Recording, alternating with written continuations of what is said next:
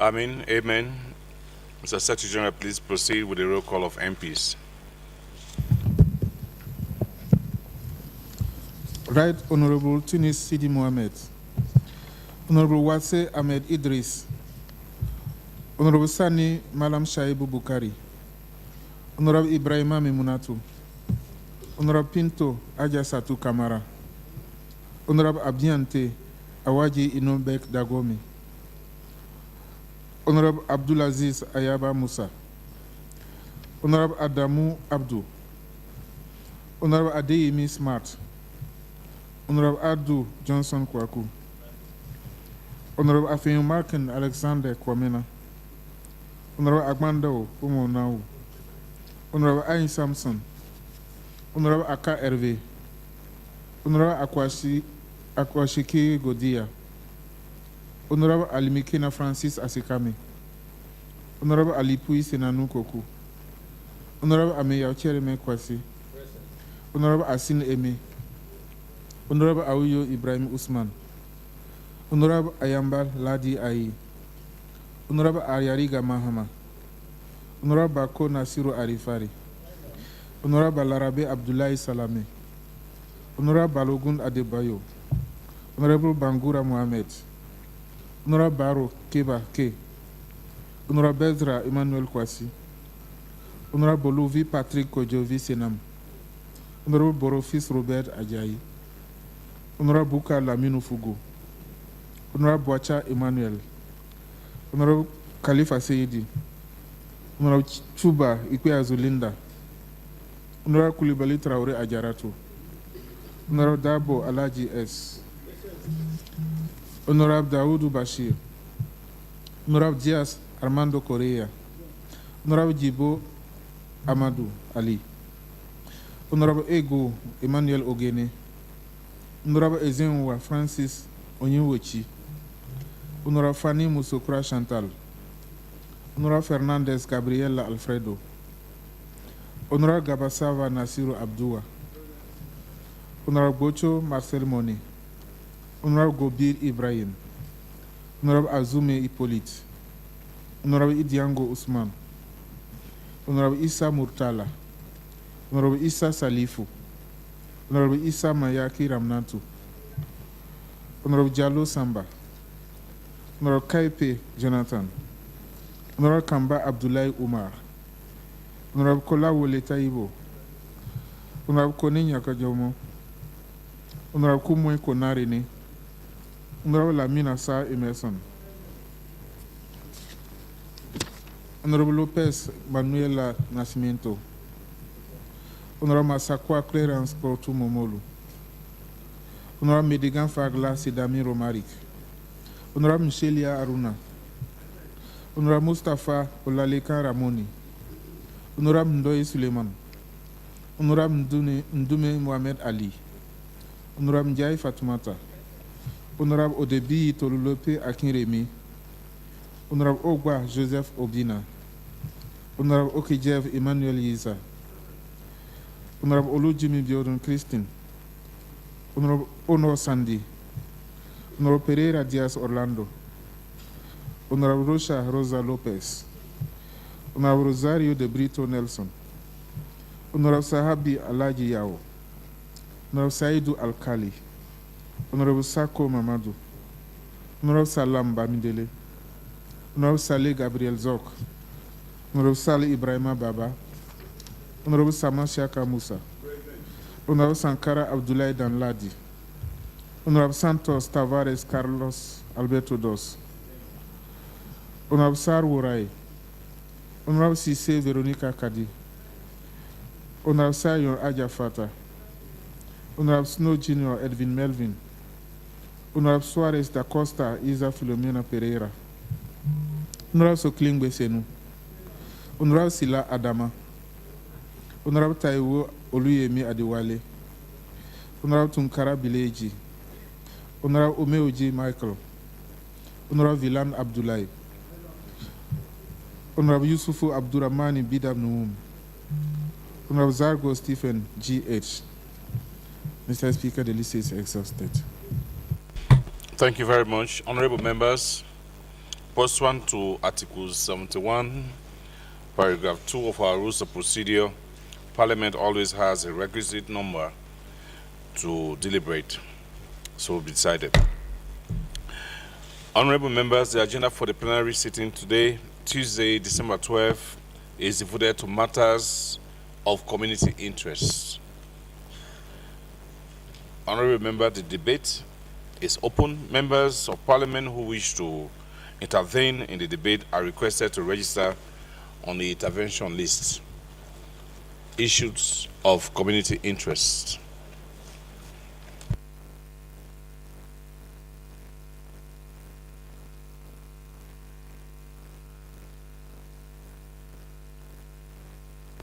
Honorable Villan.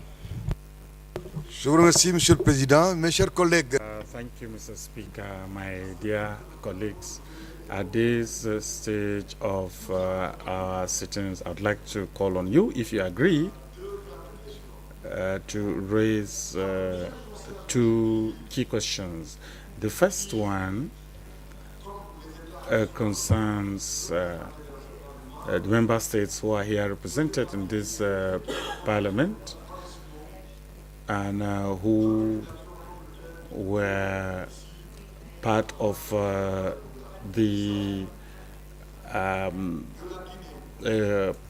some thorny issues bordering the community. I'm talking of Guinea, Mali, Burkina Faso, whose people are still members of the community, as well as their countries, because they still continue to respect some texts of our community by paying the community levy. And these countries witnessed coup d'etats, and we are sidelined in our community. However, the people, the populations, are still within the community. We need to think about this. I am under the impression that the Parliament has not had the required visibility each time a coup d'etat is staged in any of these countries. I would like for us, therefore, to reflect on how we will stand with them. It's like a love declaration. If you declare love, your love to someone, you should be there for them when they are sad, when they are down, when they are depressed. And you should also be there for them just as you should be there for them when they are happy. West Africa has been a success story so far and a model for African integration. And before this coup d'etat, the different political classes in these countries believed in our sub-region as a community. The second case is that of Niger, where I would say to a large extent, and because you cannot all lump them all together, I would like to say that in Niger, where a coup d'etat is ongoing, to cite diplomatic terms used by the institutional bodies, but where we are witnessing the people who are under the crushing weight of sanctions by the community and who, although still want to be part of this community because they do talk to us. And so in the main light as Niger, we heard of what happened in Sierra Leone, where currently the former president is under house arrest. And on these issues, we cannot be silent, because that is how it starts, and then tomorrow it degenerates into something else. I believe that we need to talk about this. And what's happening is that in less than a year, this other country witnessed to the dissolutions of their National Assembly. And these countries are coming from far. And countries just like the Gambia, Sierra Leone, or Liberia could be considered as countries where ECOWAS has laid historic markers and which have witnessed considerable successes. But the good news is that the Gambia has so far been stable and successful, and we wish that they continue along that line, and we commend what the president is currently doing. And I'm not talking about what's happening elsewhere, but the Gambia is very peaceful for now. And so I applaud the Gambian political class for the effort that they are making right now to set a good example for other countries. Now back to Guinea-Bissau, Mr. Speaker. I know that you are at the end of your tenure, but we discussed recently with you, and I know that you are determined to show the people of the community with your bureau, the committees and the parliament, that you want the parliament of the commission to be the parliament of the people.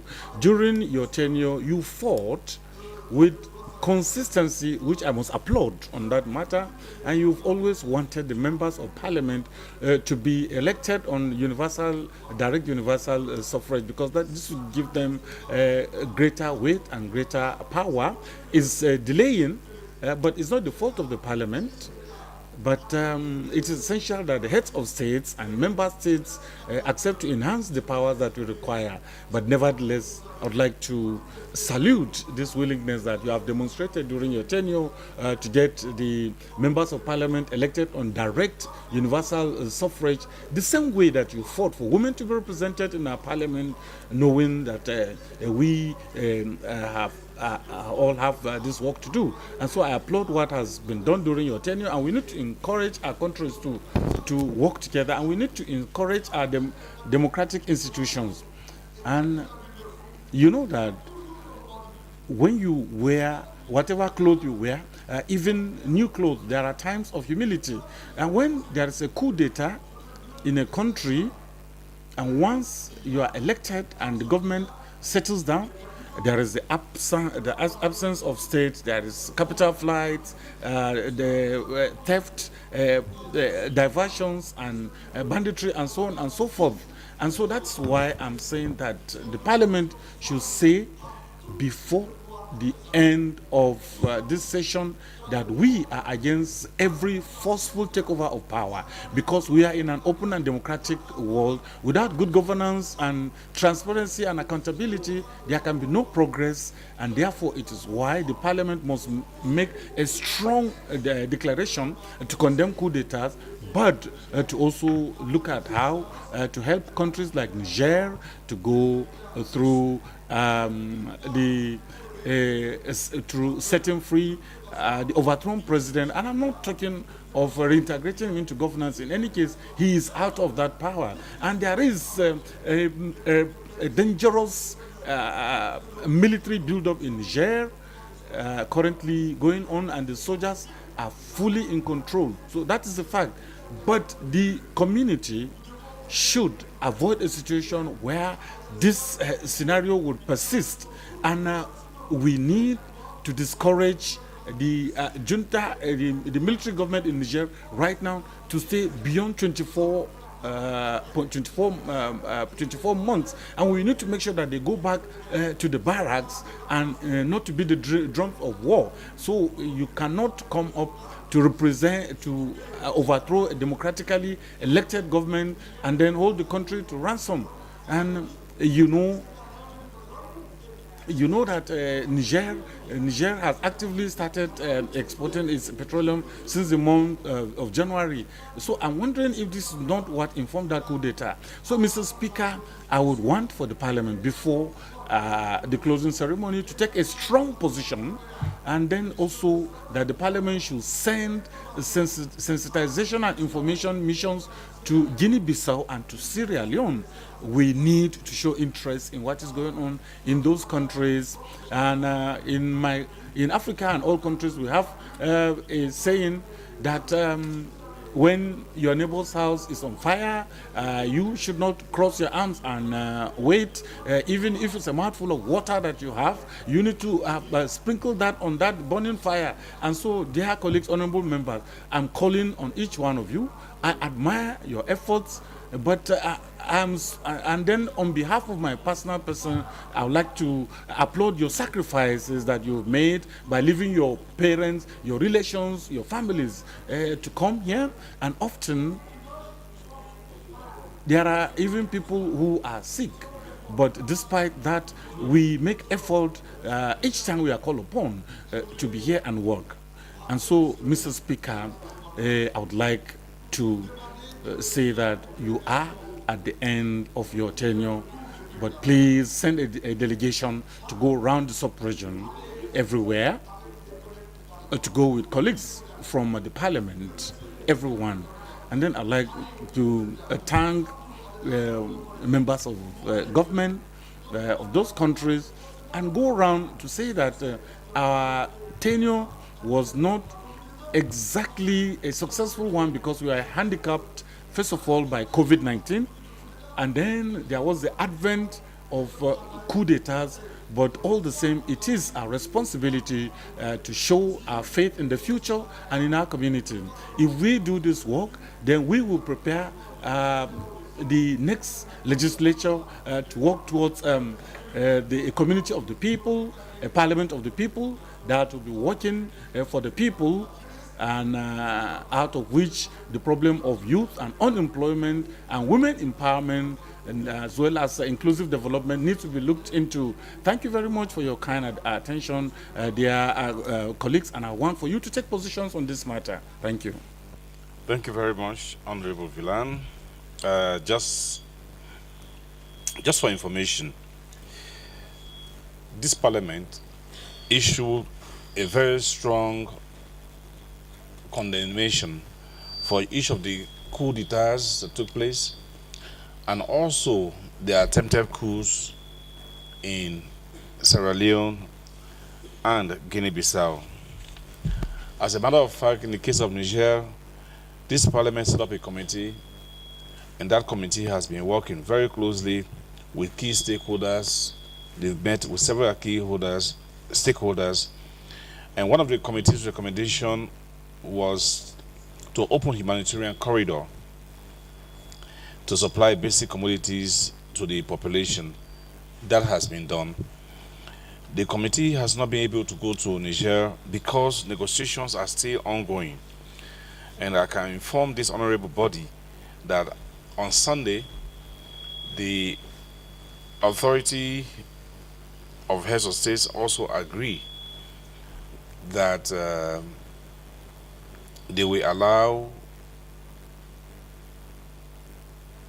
foreign ministers from those countries that they had coup d'etats to allow those foreign ministers to now move around and to engage with ECOWAS.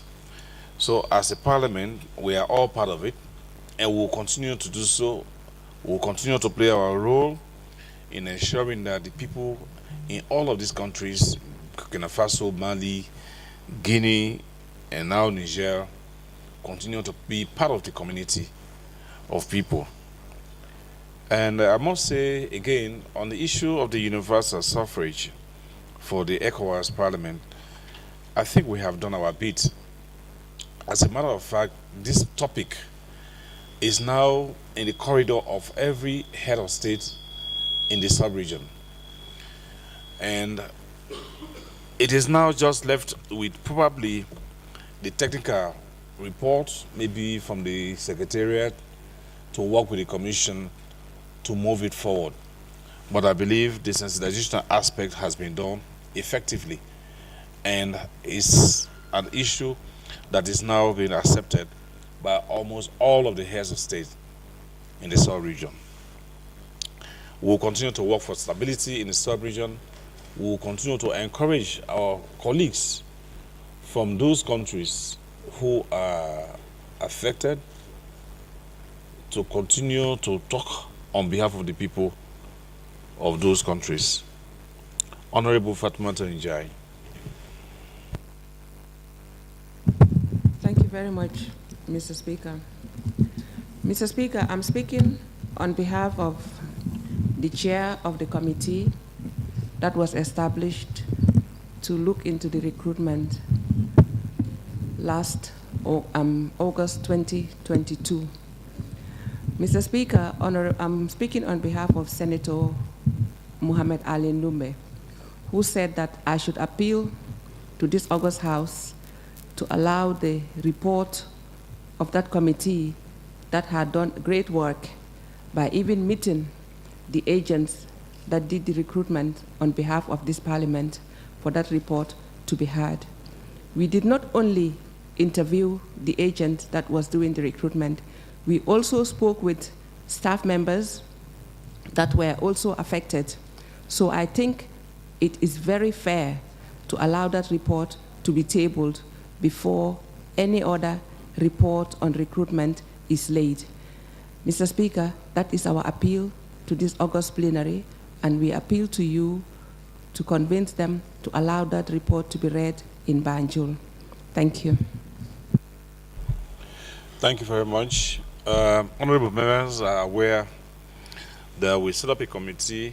That committee was set up as a result of complaints from some of our colleagues that recruitments in the parliament were not transparent.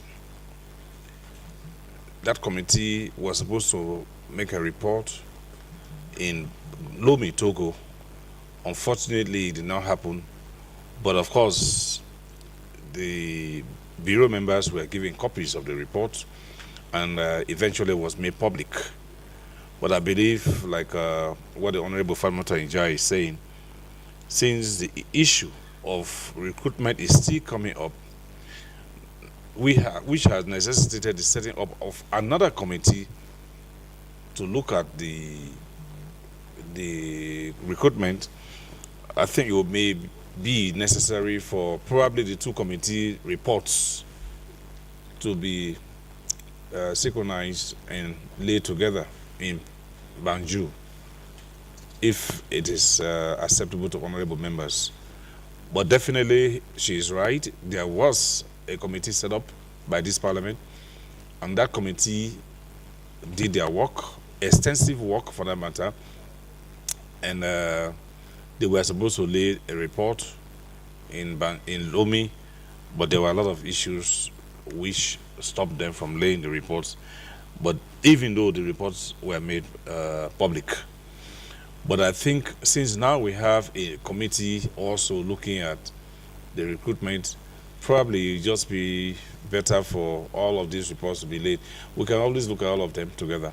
The important thing is that we want to make sure that at the end of the day, we have a very, very transparent process in the, not just parliament, in recruitment, not just in parliament, but the entire community. And because we have the responsibility as a parliament to do oversight, it is our responsibility also to ensure that these things are done in the proper manner.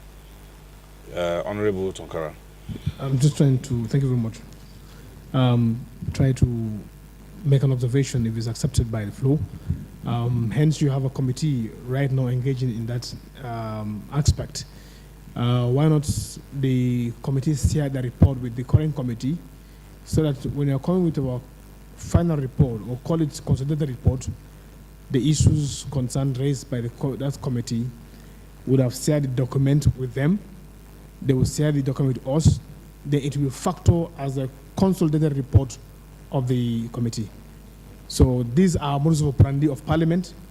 You can use that report to augment and give more substance to the ongoing recruitment process. So if that is agreeable, I think that should be the trajectory, and that should be the way forward. Thank you. Honorable Shaka Sama. Thank you very much, Mr. Speaker.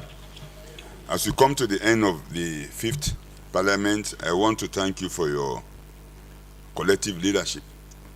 It's not easy running a parliament of 15 countries. I'm happy that we are making steady progress. Mr. Speaker, we have enjoyed working together, and I am glad that we are coming to the end of this session on a very happy note. We are definitely strong together. For our colleagues who are leaving us, I wish them the best in their future endeavors. We are all going to leave one day, And I pray that the Almighty God continue to guide us. And I also pray that God, the Almighty, will take us out of this menace of coup d'etat. Mr. Speaker, we have discussed several country reports. Of course, we cannot handle all the issues raised at the same time because of so many factors. But Mr. Speaker, I believe that there are several very serious issues that need urgent attention. I am suggesting that after the country report, as a parliament, we identify those urgent issues that need immediate attention, Mr. Speaker. We have to be very proactive.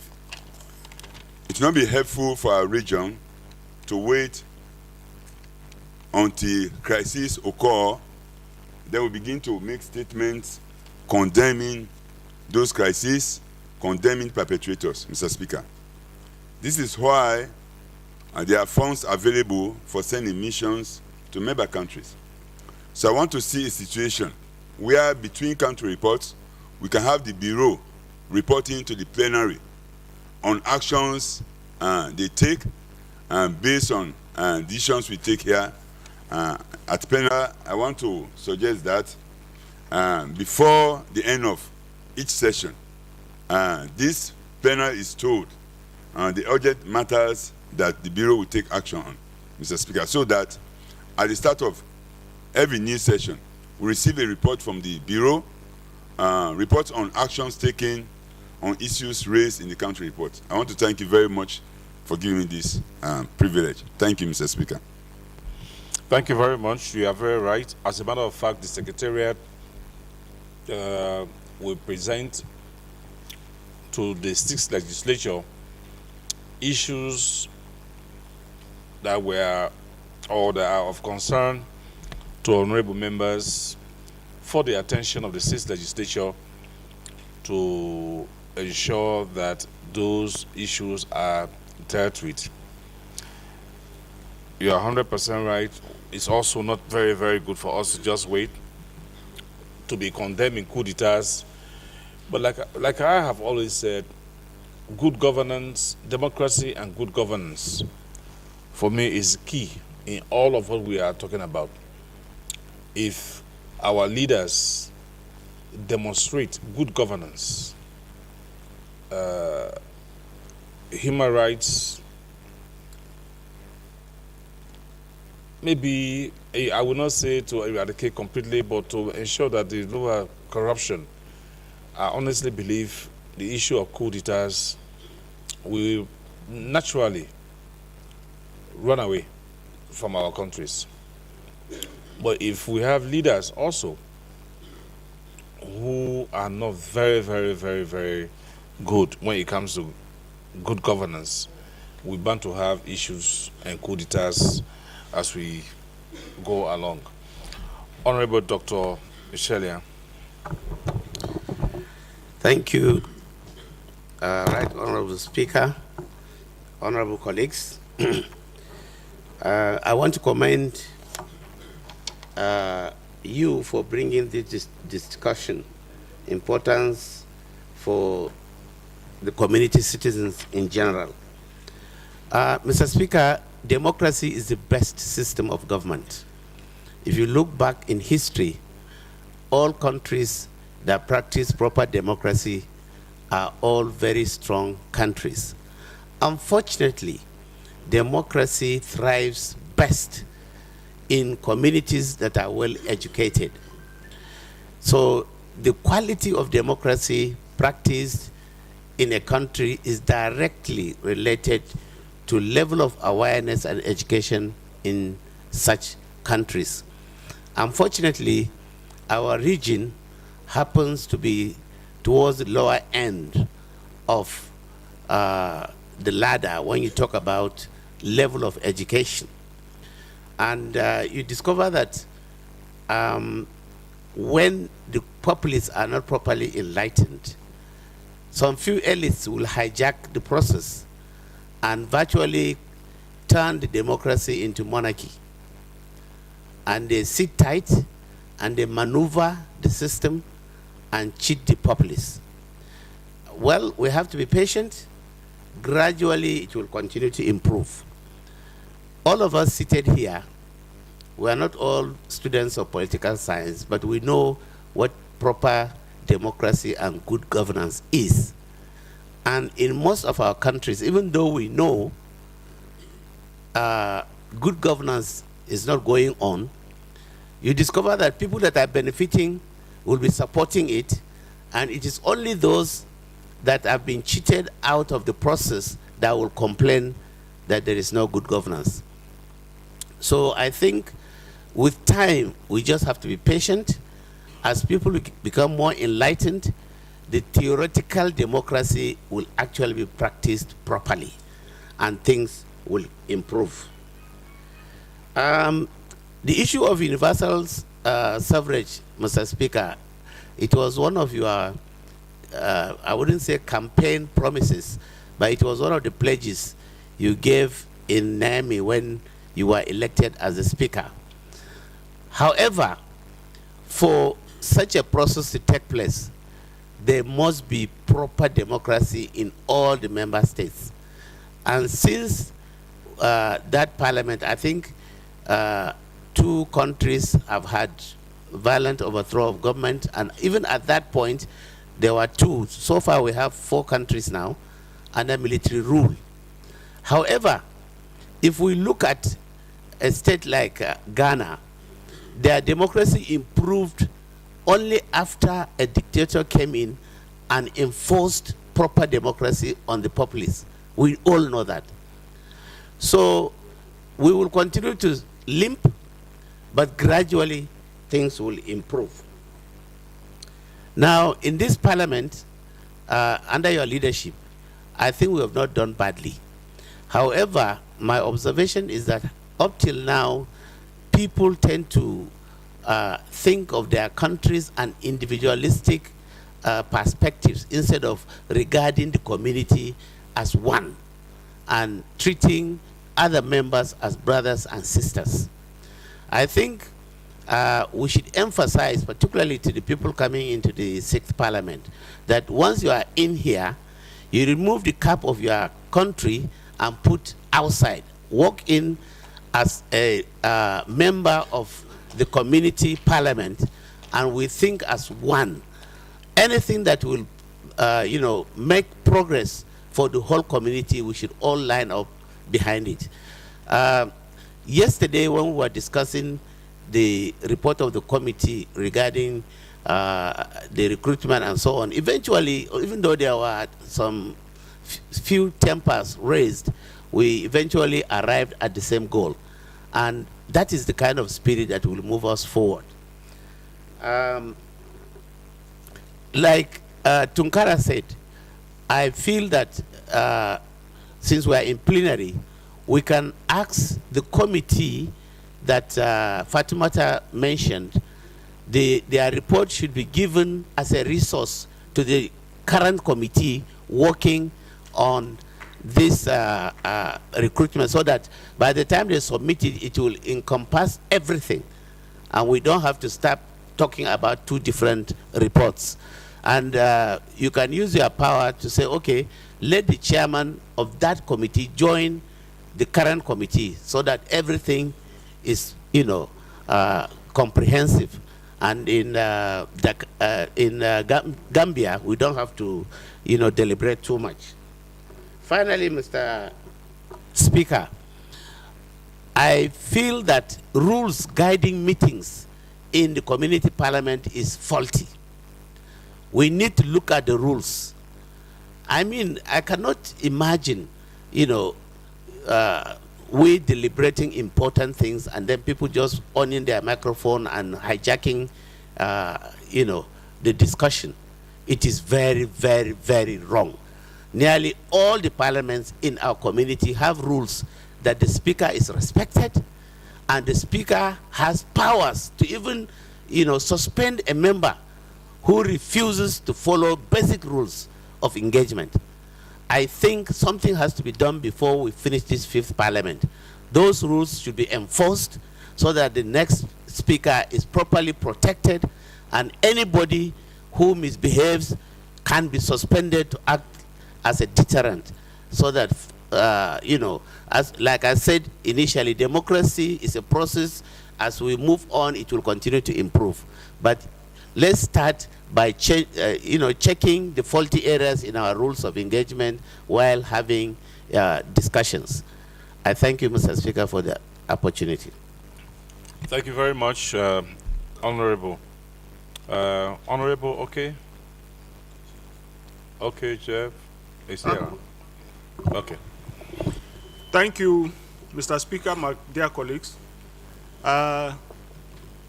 Let me also join my colleagues to appreciate your leadership and that of your bureau. At the risk of sounding repetitive on this issue of coup d'etats in the sub-region, I know a lot of speakers before me have already spoken, but I also want to chip in my little bit. I know the limitations of our parliament in terms of what we can do, but since it has been suggested, and I also reinforce that your leadership and that of your successor could always liaise with the authorities of the heads of state. You see, a situation where we cite sovereignty of member countries affecting with, between the heads of states, and we leave it until a coup takes place, and then we all become very active in trying to intervene in such countries. I think it's not worth it. If we are going to help those countries, the moment you start to hear that, oh, so is happening here, somebody wants to extend their tenure, or the misgovernance here, or there's factors that normally lead to coup, and we keep quiet, and immediately a coup takes place, to suddenly become very, very active. I mean, people of such communities, of such countries, would detest the ECOWAS authority. Because where were you, they will ask, when we're suffering all of this, suddenly you have become protectors of our community. I mean, it will not work. So, I mean, there are ways we can do without appearing to be overbearing. Like the authorities of the heads of state, they have meetings. If we hear across the borders that so country has issues, you can talk to your brother head of state without appearing to be overbearing to them. But if you don't do that and you leave and a coup takes place that appears to be popular with people of such countries, I mean, there's very little that we can do here as a parliament or the authorities of the heads of state can do as a body. So that is what we should take very, very seriously, because that is what you see happening. Some coups, we may detest them, but they appear to be popular in the countries that they happen. So you can, because I'm saying this knowing very well that we have serious limitations as a body here when it comes to such matters, but there are ways we can interfere to ensure that we get better results. Thank you. Thank you very much, Honorable. Okay, Honorable Soklingbe. Merci beaucoup. Thank you very much, Honorable Speaker. Honorable Speaker, thank you for giving me the floor.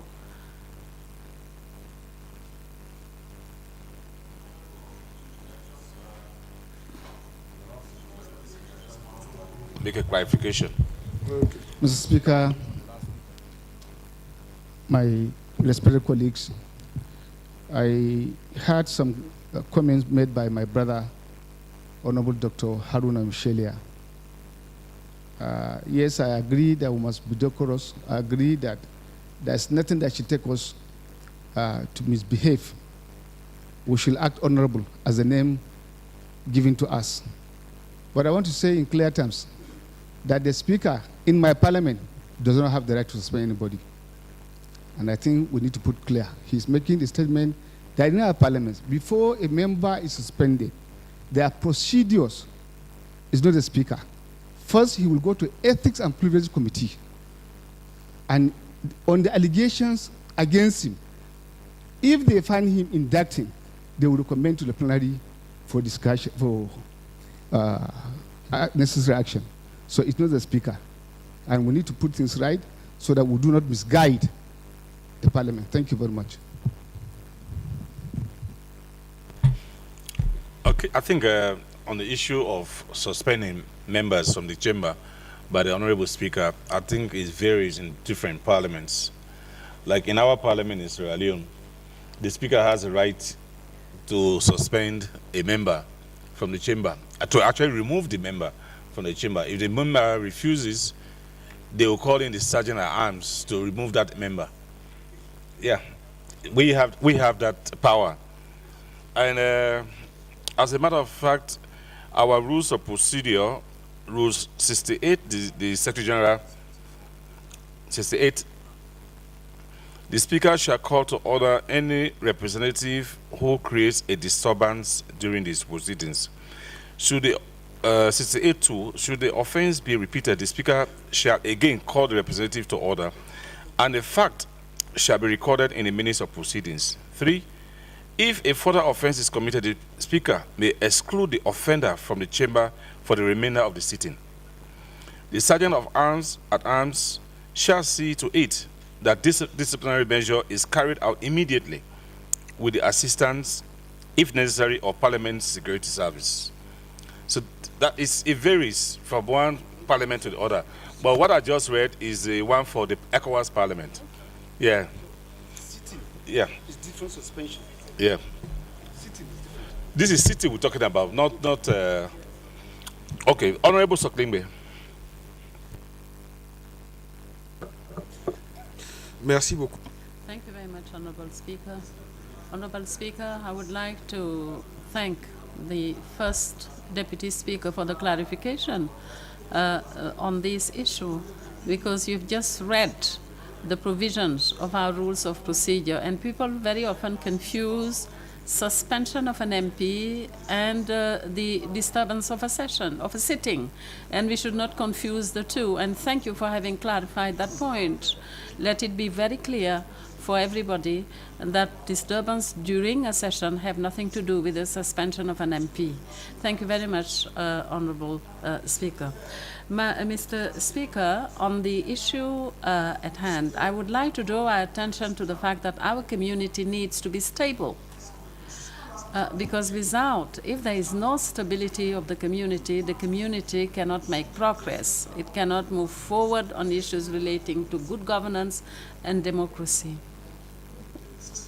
Now, this is very important, and if the community is not stable, it runs the risk of being divided or bursting, in fact.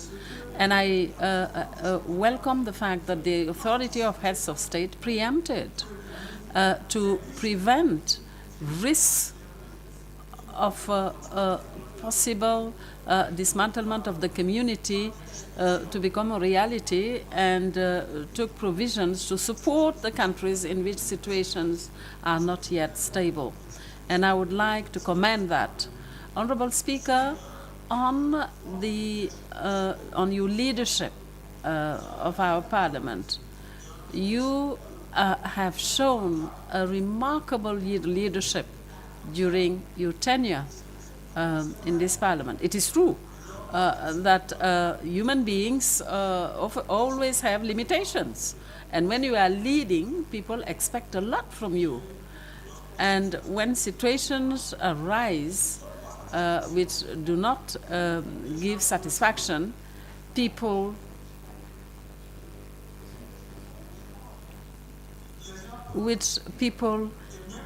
may have a few reservations. But all in all, we would like to hail your leadership at the head of this Parliament, Honorable Speaker. Honorable Speaker, on this issue, I would like to draw the attention of our community to the fact that very often we debate, we discuss fundamental issues during our sittings, during our seminars, during our activities. But then those issues are not very often submitted to the Council raised before the Council of Ministers of the community.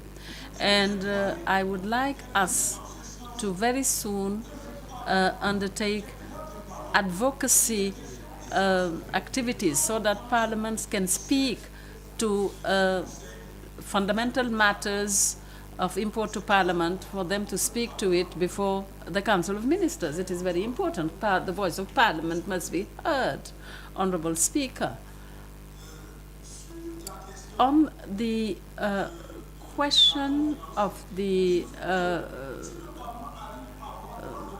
authority, if the Parliament can speak, can do advocacy before Council, it must be, in fact, also exists at the level of the authority of heads of state, because unless there is any proof to the contrary, it is the authority of heads of states which is the supreme decision-making body in this community. So the concerns of Parliament must be truly visible at the level of the authority of heads of state. Now, I would like now to revisit the question of the report of the Commission, of the committee, which was set up, the committee which could not submit its report in plenary. I think that we were facing a few difficulties on how to submit the report, and I wouldn't like us to face the same difficulties. And as suggested by colleagues who spoke before me, the report must be made available to the committee which was set up so that it can take stock of it, use it as a resource document for the committee which is now working to be able to make progress in its work. Honourable Speaker, on the importance for citizens of the community, as you have announced recently during one of our sittings, you said that you had given instructions. You had given instructions to administration regarding the payment of sensitization allowances. And Honourable Speaker, I would like those instructions to become effective, and as recommended in the report that we have submitted, for payments to be made before the end of our meeting. Because, Honourable Speaker, this is going to contribute to the visibility of our Parliament. Because I think that the Honourable MPs are conscious of the fact that the Parliament must be visible in our respective countries and communities. So this must be become effective so that we can continue our advocacy work, our sensitization work, and our visibility. For reports, Honourable Speaker, for reports to be submitted, for report to be laid on such sensitization organized by MPs at our next sitting, at our next session, at our next extraordinary session, which will be taking place in the Gambia, for the use of the funds to be reported on, and the use of the funds allocated for sensitization to be reported on at our next extraordinary session to be held in the Gambia. And for winding up now, Honourable Speaker, as suggested by one of our colleagues, you are getting to the end of your tenure. So I would really wish very much for concrete actions under your leadership to be undertaken in countries which have been experiencing coups and which have been suspended, so that this can lead to some emulation within our community, for some things to be done in those countries under your leadership, and for us it to be more visible within our community before the end of this legislature. I thank you, Honourable Speaker.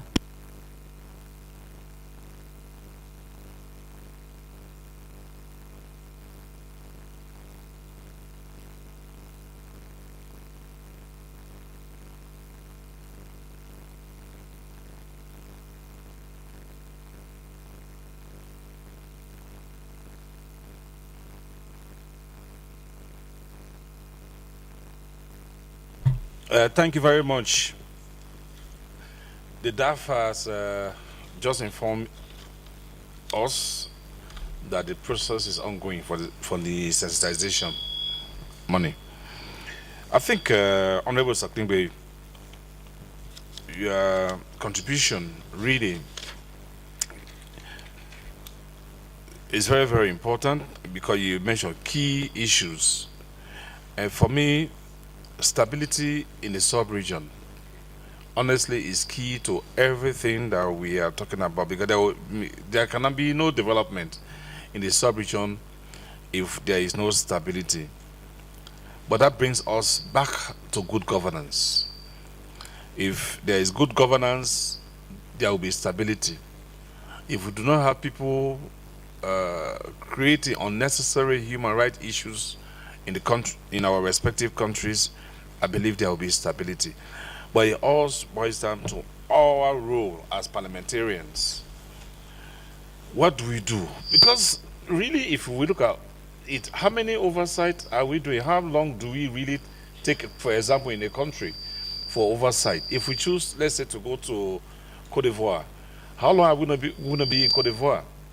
So I think the buck stops with honorable members from those countries, or from each member state, to be very, very honest with the ECOWAS Parliament. I think somebody mentioned this, either on it is this session or the last session, that we must be honest with ourselves when we are presenting our country reports. Because if we are not honest, our members will not know what is happening. But if there are issues raised in those country reports, irrespective of whether you are for government or you are in opposition, this parliament will be able to debate and bring up those issues. And when the Secretariat is sending a report to the Commission, those issues are also reflected. But if they are not in the country reports, it becomes very, very difficult. Our 2-3 days sessions or oversight missions will not solve it, will not solve the problem. We will not even know the key issues or the problems in those communities. So it's very, very important that country reports country reports reflects the true picture of what is happening in those countries, especially political and human rights issues. Another thing that I have been fighting for, and my predecessor, Honorable Cicelo, also fought very hard for, was that of Parliament's views being heard at Council and at the authority of heads of state meeting. You know, I decided not to go to council meeting because I'm not going to be a spectator. To just go sit down and some people are talking. I have no contribution to make. That's why I don't go to council meetings. And I believe my predecessor also decided not to go there because they never ever allow us to give the views of Parliament.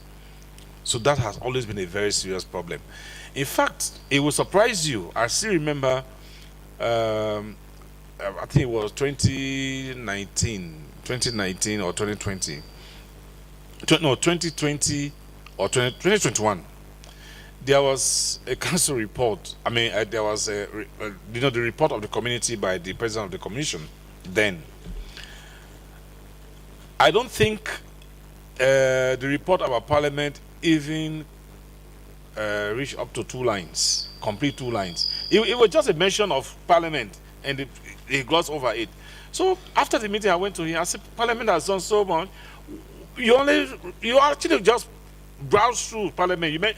I'm sure it's just the name Parliament that you wanted the authority to hear. I said, what? He said, oh, it's in a big report. I said, no, but it's here. Those presidents do not even have time. Those ministers do not have time to go through those big reports. Say what we are also doing. Talk to the people what our concerns are. But it never happened. So I think it's very, very important that we begin to think about it very, very seriously as to how this parliament's views can be heard by the authority of heads of states and also the council of ministers. And then reports of sensitization. I believe, like you said, if reports were even laid, probably if reports were laid in the past of sensitization, we wouldn't have even the issue of auditors talking about sensitization money.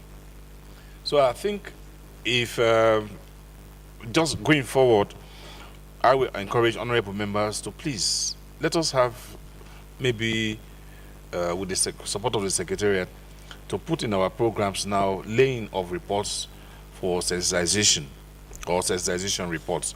Honorable Achiratu. Merci, Monsieur le Président. Thank you, Mr. Speaker, for giving me the floor.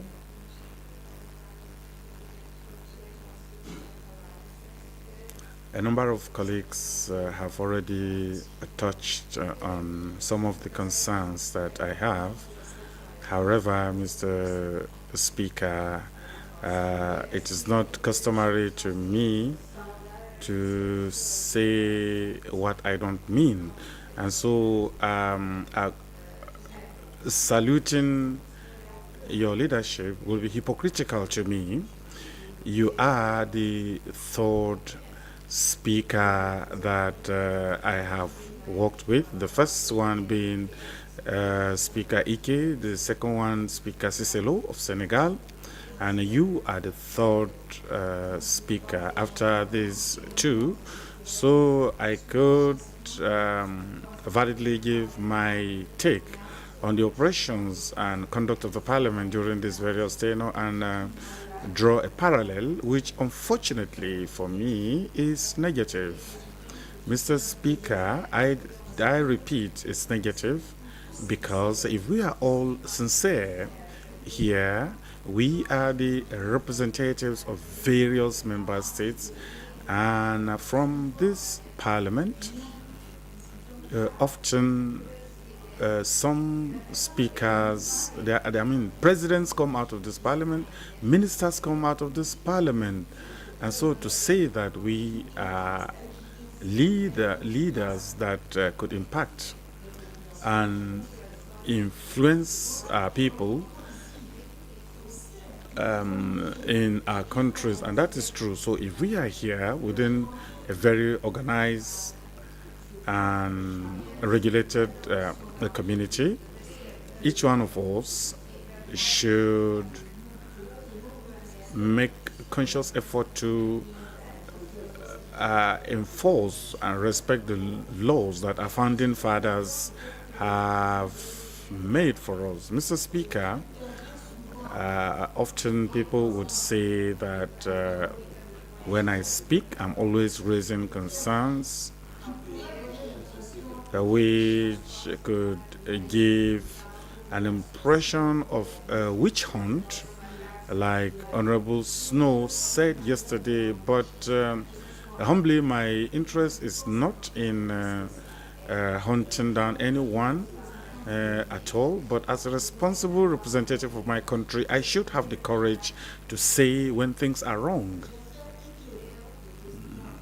I worked with Speaker Ike from Nigeria, and I never had to call him out on anything because I didn't have any reason to. I worked with Speaker Cicelo, but I never raised concern. But under your speakership, Mr. Speaker, or at least your leadership, I noticed a lot of dysfunctioning. And in my intervention, I would like to make reference to Honorable Haruna from Nigeria, the patriarch who spoke a short while ago, to say that there is a problem of dysfunctioning or lack of or a disrespect to the leadership. I'd like to say that to talk about respecting a leader, the leader should also be able to respect his followers, and that is we, the members of Parliament. We have not left our activities in our countries to come here and say it to be clowns or to be comedians, because it should be our countries that will pay for it. So if we notice there is a dysfunctioning or mismanagement of the funds of the community and we don't have the courage to call it out, then we should remain in the corridors, because I should, and I'll tell this same colleague, unfortunately he has gone out. A week ago in the corridor, you told me that the speaker, Tunis, is not a good manager. And so I'm surprised that in this chamber, you, the same person, are coming to eulogize him. I'm very disappointed. In whose interest could you sell out your morality and your dignity? I am sorry, Mr. Speaker. The issue of recruitment, I don't have any Ivorian that is affected by this recruitment, but I am raising this matter because it is an objective matter, Mr. Speaker. Now, whether you like it or not, you did interfere in the operations of the Parliament, and it has to be said. Personally, I was moved to see these happenings, and I therefore have to say, as representatives of our member state, we should call out problems when we notice them, especially problems of injustice when we see them. I am not a staff of the Parliament here, but when I observe something is going wrong as a member of Parliament, I should call it out. Now, whether there is a solution or there is a closure to it, that is a different thing. But we should stand up and do what is right so that those who will come afterwards will not commit the same errors. Mr. Speaker, your leadership is disappointing because you spoke a short while ago on sensitization funds. But I was the one that met you several times on these funds, and the response given to me was that the Auditor General did not judge it necessary that these funds should be paid for the reason that the members of Parliament were not retiring desensitization funds. That means that you and the Auditor General considered us, or you take us as irresponsible people in the face of the mandate given to them. Mr. Speaker, to my mind, during our sitting in the ad hoc committee, during which I fought for the establishment, and I quote the MP from Guinea, who said that a committee on recruitment was in place and did not draw up a report. So what stopped you from sending in your report? How many tenures, how many sessions have we been raising the issues undermining our Parliament? How many promises has the Speaker of the Parliament made to the members of Parliament, which we are, in the face of the problems that we lay before him? And no solution was proffered. He said something in the morning, in the afternoon he said something different from the same person. And I'm sorry, Mr. Speaker, I cannot commend your leadership, because a leader is first of all a man of his word and a man of sincerity.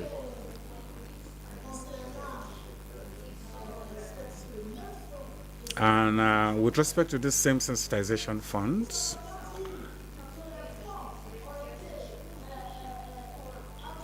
we've heard that the funds were channeled into the visibility affairs of the Parliament, but not by the members of Parliament, which is supposed to be the case. So I would like to know if these funds have not been given to the these funds have not been given to the MPs who are supposed to be the key actors in this sensitization activity. So who got the funds to carry out the visibility for the Parliament? We need to be serious.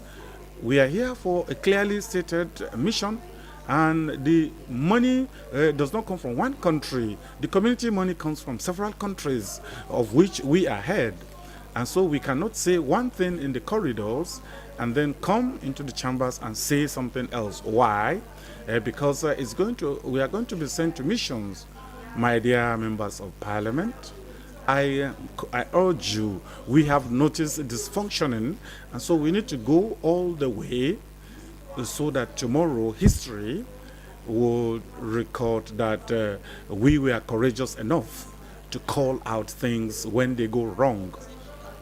of course, we are representing our countries, and I am proud to represent Cote d'Ivoire.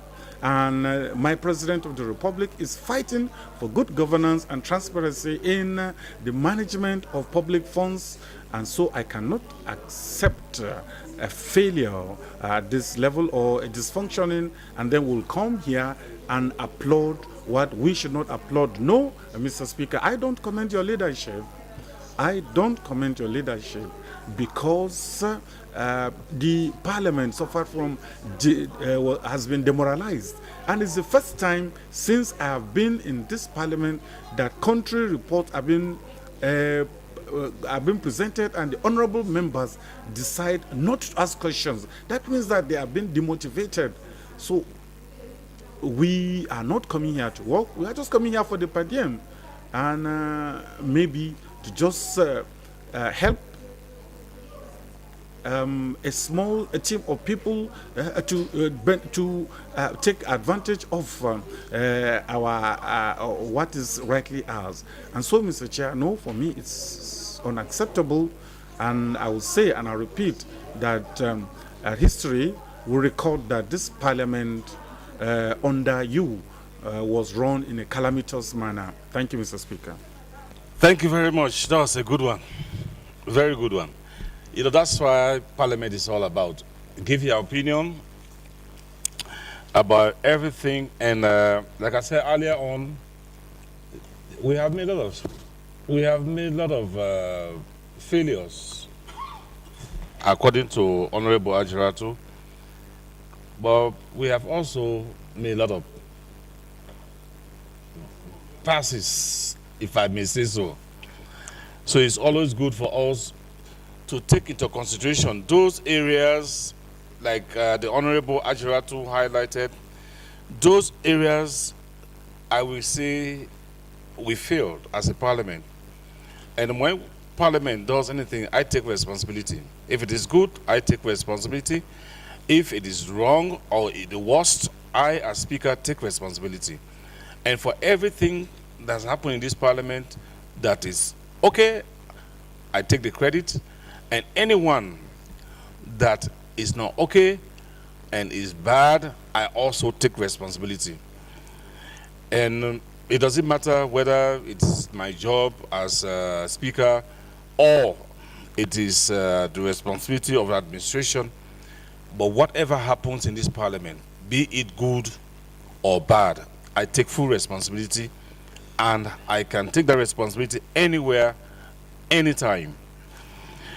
I therefore will continue to call on honorable members, especially those honorable members who will continue into the 6th legislature, to work with the Secretariat to ensure that those mistakes that were done in this 5th Parliament are not repeated in the 6th Parliament. We must make a collective effort to ensure that those mistakes are corrected.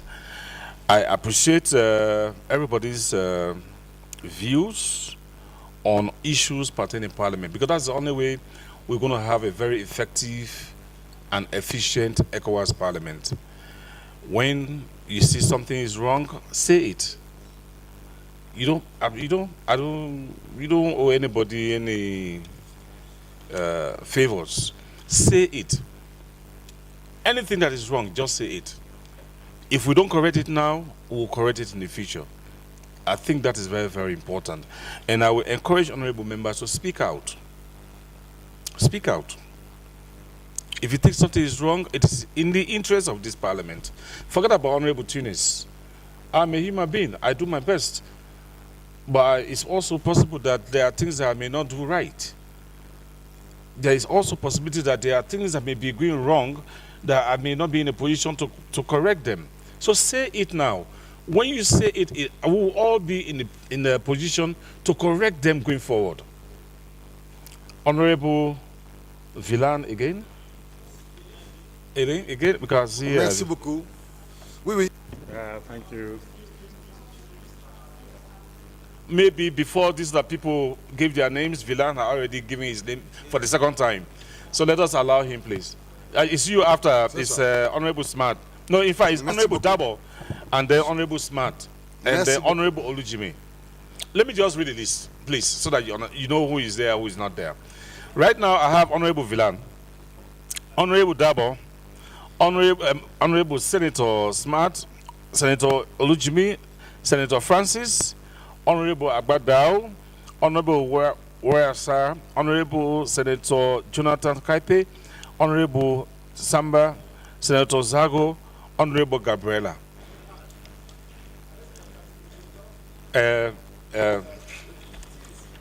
Okay, so Honorable Villan. Merci encore une fois de plus. Once again, thank you, Honorable Speaker. I feel compelled to speak, not about what I said earlier on, but to react to some points that have been raised and the discussions that we are having on matters of public importance to the community citizens.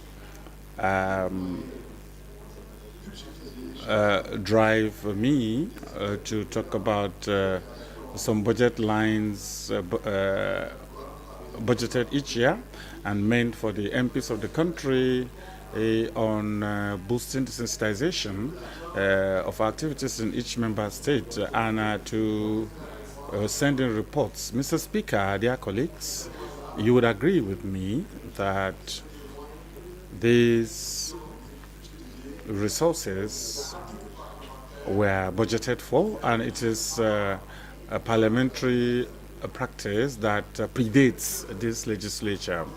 And the fact that we have got tangled up in managing what is called communication is a problem to us. Mr. Speaker, dear colleagues, during COVID, we were moribund for a long time. And you would remember yourselves with this session that we are having. We had nothing published as a parliamentary journal. In any case, I didn't see that even documents we are compelled to write on the back of documents given to us. And so if we are told that this money, $10,000 for each country times 15 member states were used to invite journalists to produce bags and flyers and all this, and if this had been budgeted, if there were no diversions, then there was complicity, and so we cannot exchange this for profit, Mr. Speaker. And so, Mr. Speaker, remember your commitment and to avoid a situation where the sentiment that you expressed after the comments by Honorable Hajaratu be misread. You should make sure that these funds are paid to each member state, and this will be proof that the Speaker is consistent, is a man of his word, and is doing what is expected of independent parliament. A lot has been said about the Auditor General, a lot has been said about the AFC. Mr. Speaker, dear colleagues, Honorable Wase will bear me witness, Honorable Olujimi too will bear me witness, Honorable Linda too will bear me witness, to mention just but a few. At the opening of this session, Honorable Olujimi, we sat in the ad hoc committee during which the Auditor General, the AFC, and the Controller were surprised to hear things being said by the MPs and which is attributed to them. What does this mean? If the parliament is an institution like all parliaments, how does one explain the fact that the people's representatives, the parliament, could be so manipulated and hindered by another institution? We should respect ourselves And so if we don't talk about the Auditor General, let's not talk about the Auditor General or the controller in the principles of autonomy, independence, sovereignty, and the autonomy of our institution. I believe that we need to scrupulously implement the budget that we have and which we have passed. We need to be very strict about that. If that is not done, it means that it was either diverted or stolen. I'm not talking about theory, I'm talking about practice, with each time we are told that Auditor General, the Controller, whereas these same people are surprised at what is attributed to them. That was their word. That was the word they used, that we are shocked to hear this word. So, dear colleagues, let us help our Parliament to be itself and to be respected by other institutions of the community. Now, with respect to the report on the recruitment, I am in agreement with two colleagues, Honorable Tunkara and the doctor from Nigeria.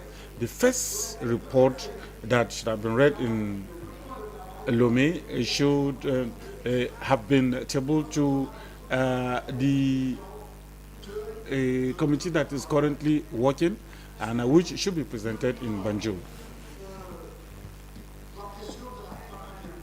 With respect to stability, Mr. Speaker, dear colleagues,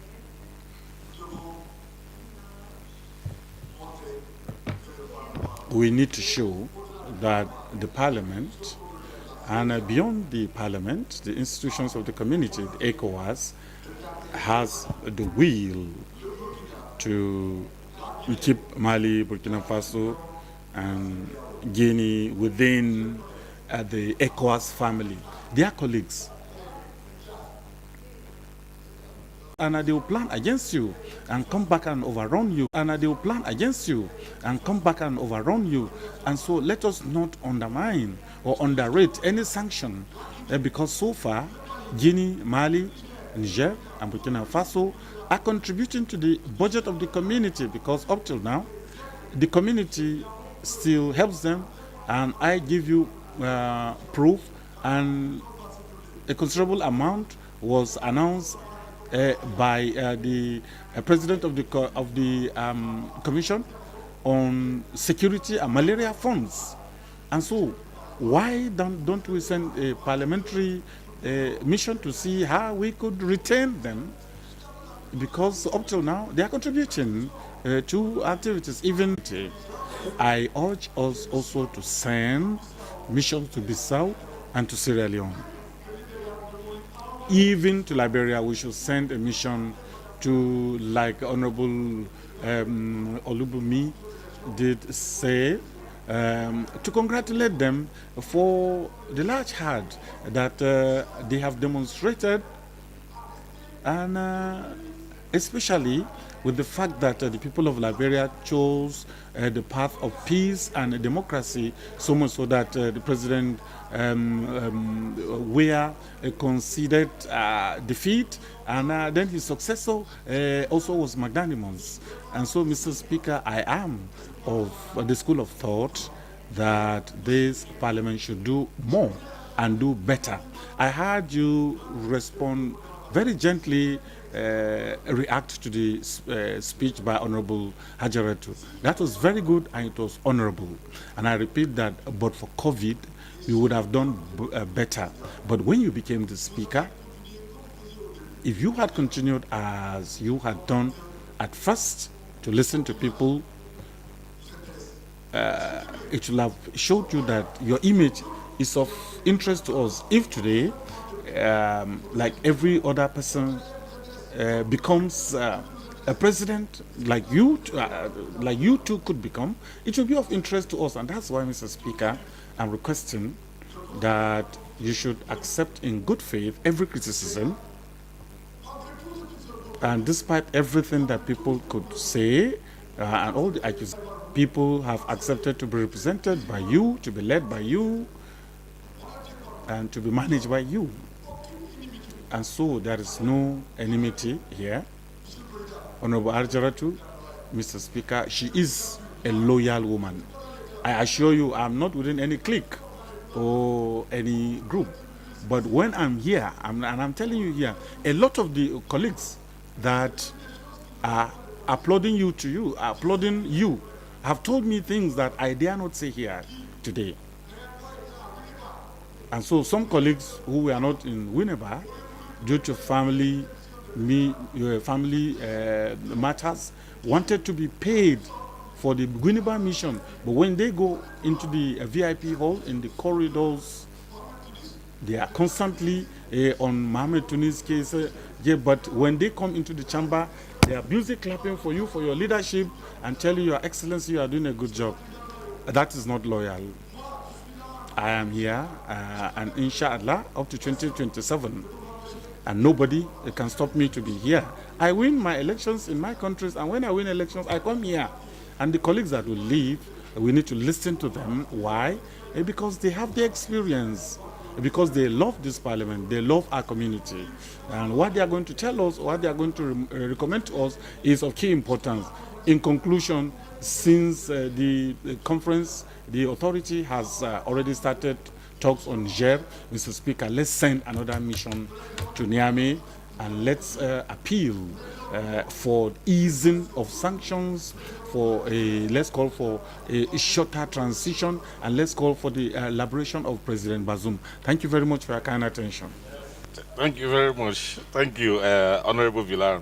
Honorable Dabo. Thank you very much, Honorable Speaker. I also want to join my colleagues to seize this opportunity. Certainly for some of us who are newcomers, it will be very difficult to make that thorough assessment, making comparison of the previous legislatures that came before the 5th legislature. However, when assessments are to be done, you make reflections of the achievements and thereafter try to improve on that, as well as the shortcomings that were realized for the succeeding to improve on that. Basically, that is the whole spirit behind making assessment. In my view, it is not like pointing fingers or making blame games.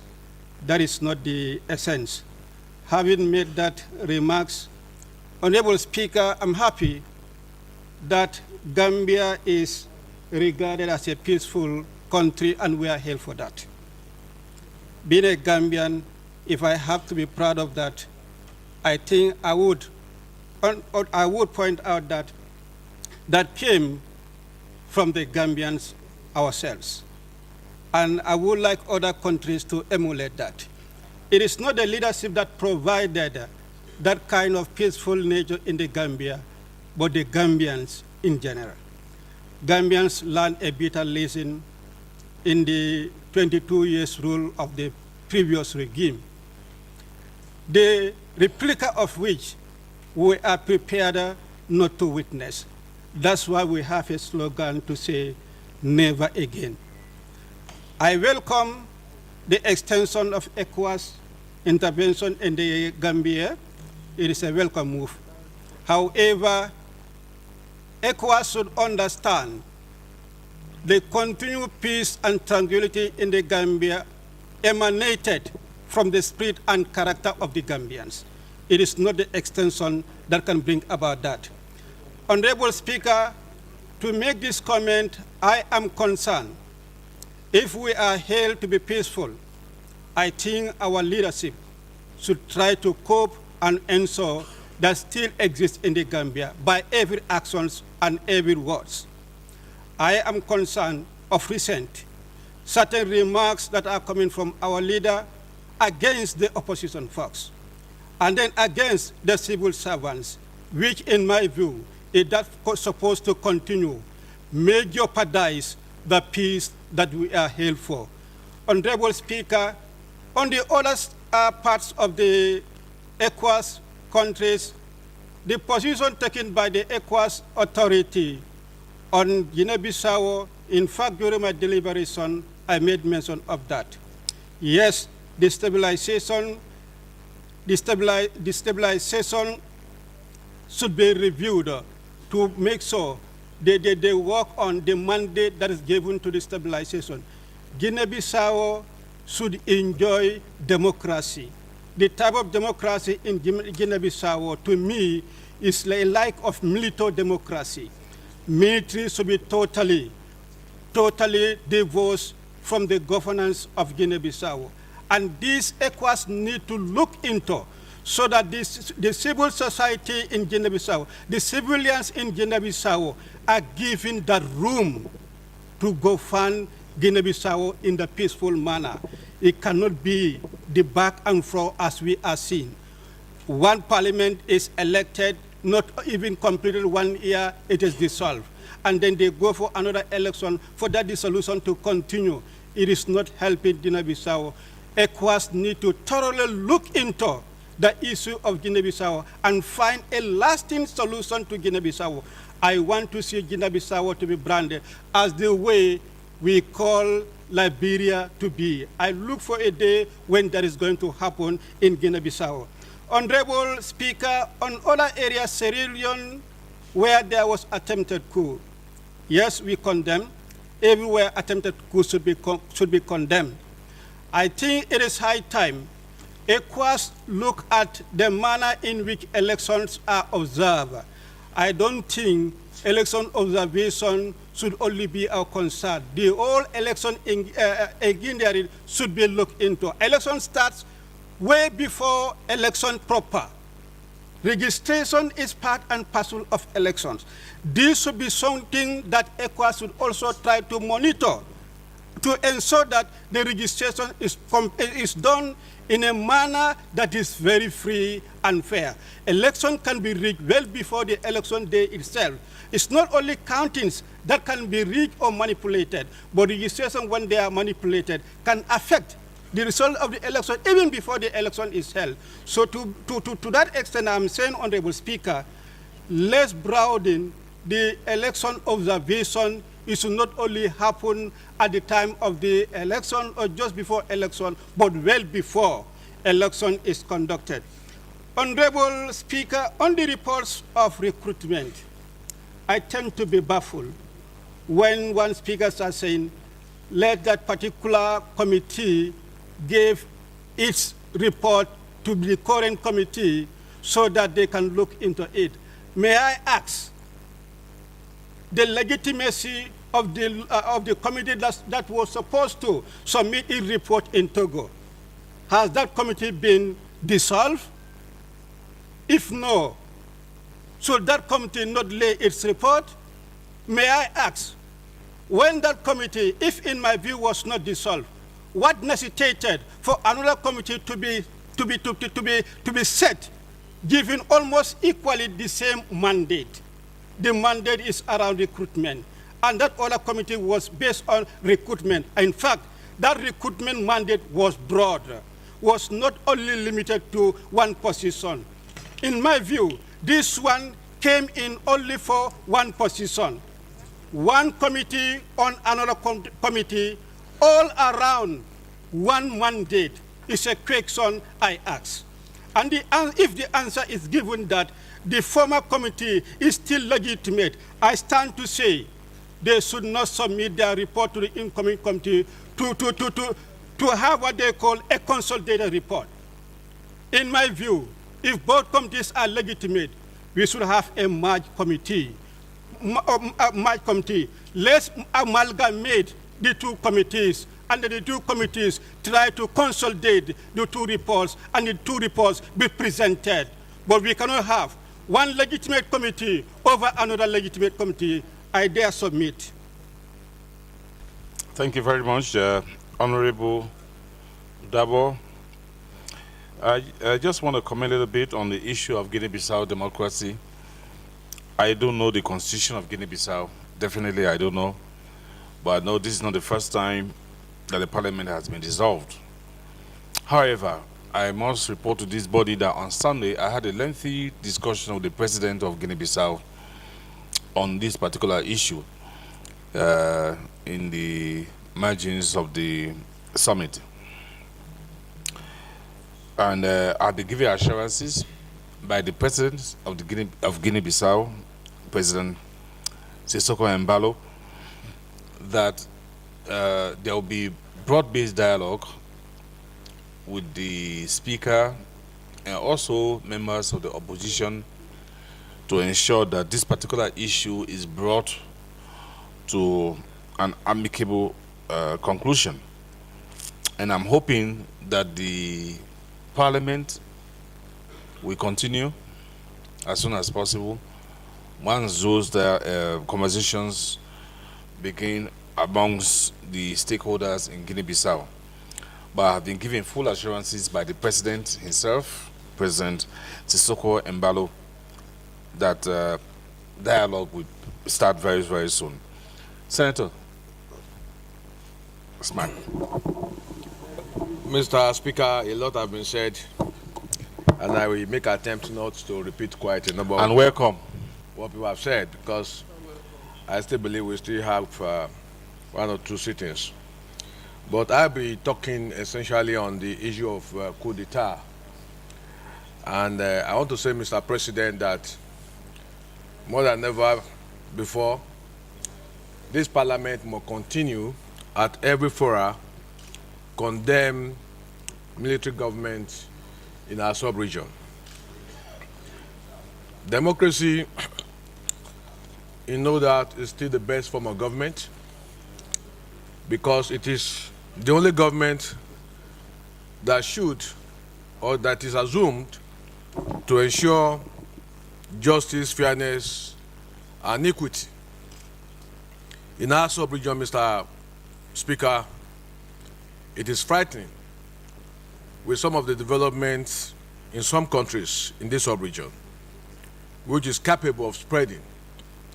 So the ECOWAS Parliament do have a responsibility to champion a crusade of the need for democracy to be further strengthened by raising some of the fundamental issues that threatens the peace and stability of our region, and to a large extent of African countries. We must bear in mind, Mr. President, that in Africa, perhaps more than any continent in the world, we are a people who consistently emphasize the existence of God, either as Christians or as Muslims. We believe so much in God that some of us, we see ourselves as the red family of the Almighty Himself. By the way and manner we protect and project our faith as Christians, as Muslims. But Mr. Speaker, when it comes to the issue of politics and the issue of corruption, in Africa, in our sub-region, Christians and Muslims, they forget their faith. The faith that comes to being is the faith of corruption. So you do not see the difference between a Muslim and a Christian. In nations where they do not even care about religion, they tend to have conscience. In Africa, in sub-region, if you talk anything against Christ here, there are people who will walk out. If you talk anything about Islam here, there are people who will walk out. But when it comes to corruption, when it comes to manipulation, oppression, everybody becomes one religion, one faith. Now, Mr. Speaker, these are times are issues that bothers me. It bothers me because, as a Christian at times, I find it difficult to comprehend when I see people who champion the same faith with me committing murder. And I see the second religion, nothing is different. Now, it's equally manifest in the way and manner we have administered ourselves as a people. That the nations where people don't go to church, they don't go to mosque, they know what it means to be fair and just. They know what it means to siphon public funds. They know the implication of cheating the other man. But in our region, in our continent, we believe we are the first son of God. But come to look at the way our nation is today. So, Mr. Speaker, we have a responsibility as a parliament to play down on some of these sentiments and to run a campaign of the need for people to appreciate that democracy is still the best form of government. But then you ask, what are the problems? We inherited our nations the way they are. Deliberate political entity to make it difficult for us as a people to develop. Okay? And we have not helped the matter by way of trying to see ourselves as one. And these are the things that, if you, to a large extent, resulted to misgovernance, oppression. Everybody deserves whatever you think the other person deserves, who is from a village. We have leaders who are parochial, and we have people who are in government who do not care. Now, for me, when I came to ECOWAS Parliament, I was looking at it as a forum, one of the best organs where we could cement ourselves as a people and develop our nations. And I assume that ECOWAS Parliament will have a responsibility to champion the cause of unity, development, and oneness of this sub-region. But this morning, Mr. President, Mr. Speaker, I got a bit saddened when I heard from you that you do not even attend the council meeting because you have no function there. The question now is that then what's the purpose of having ECOWAS Parliament? Is it just for us to sit here and whine and go home? Because to me, I have conscience, Mr. President, Mr. Speaker. There are people in this sub-region today who do not have $1 in their pocket. There are people in this sub-region today who have no money to pay to buy the cheapest drug for headache. Poverty is the bane of our problem in this sub-region. Poverty is on the increase, while the rich are getting richer. Now, Mr. Speaker, God forbid if there is a revolution, all of us sitting here, none of us will be free. Whether we like it or not, we are going to be a target. So we have a responsibility to mount more pressure on the executive, whether they want to hear or they don't want to hear.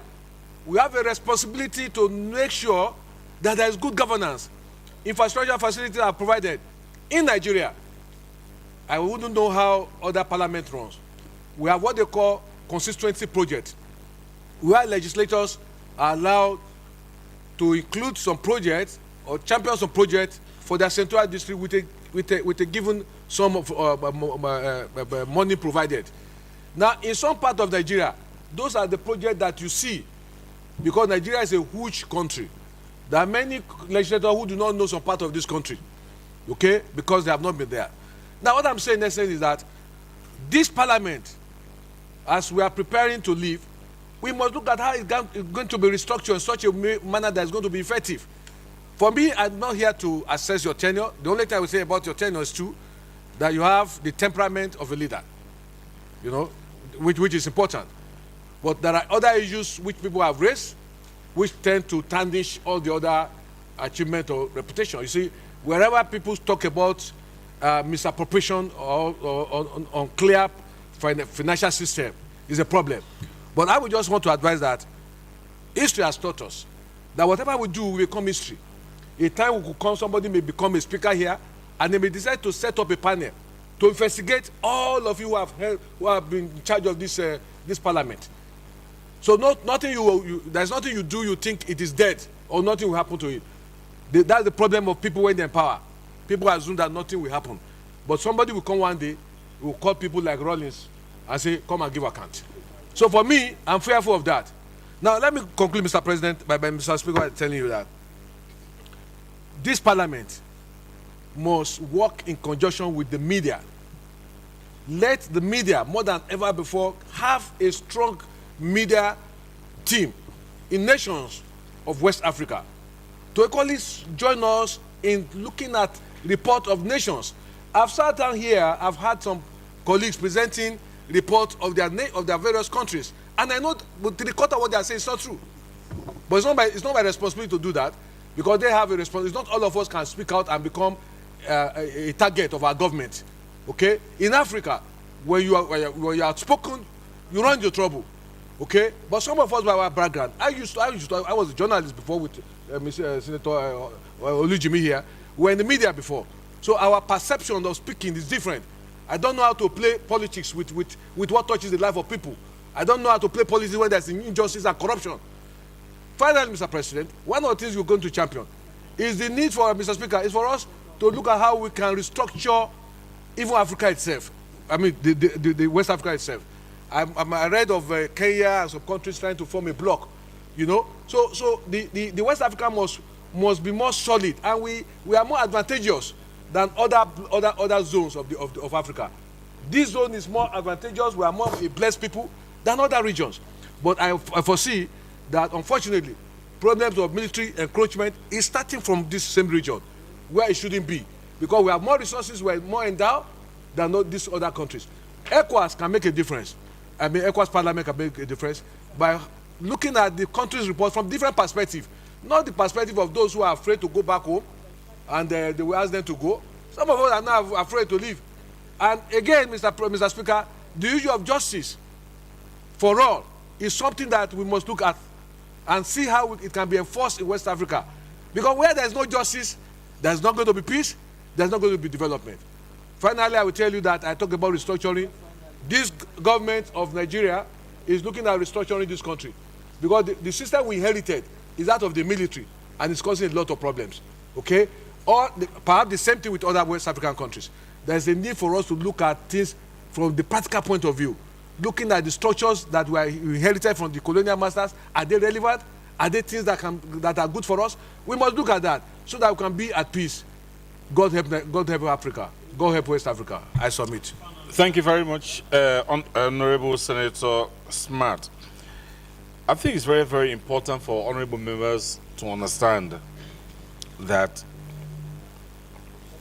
it's our responsibility, all of us, coming from our different countries, to ensure that we continue to campaign for Parliament's voice to be heard.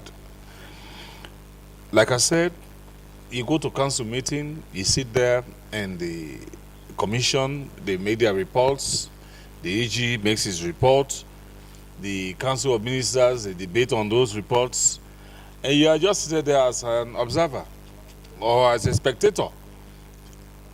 And as I said before, sometimes the reports do not even reflect what the Parliament is doing.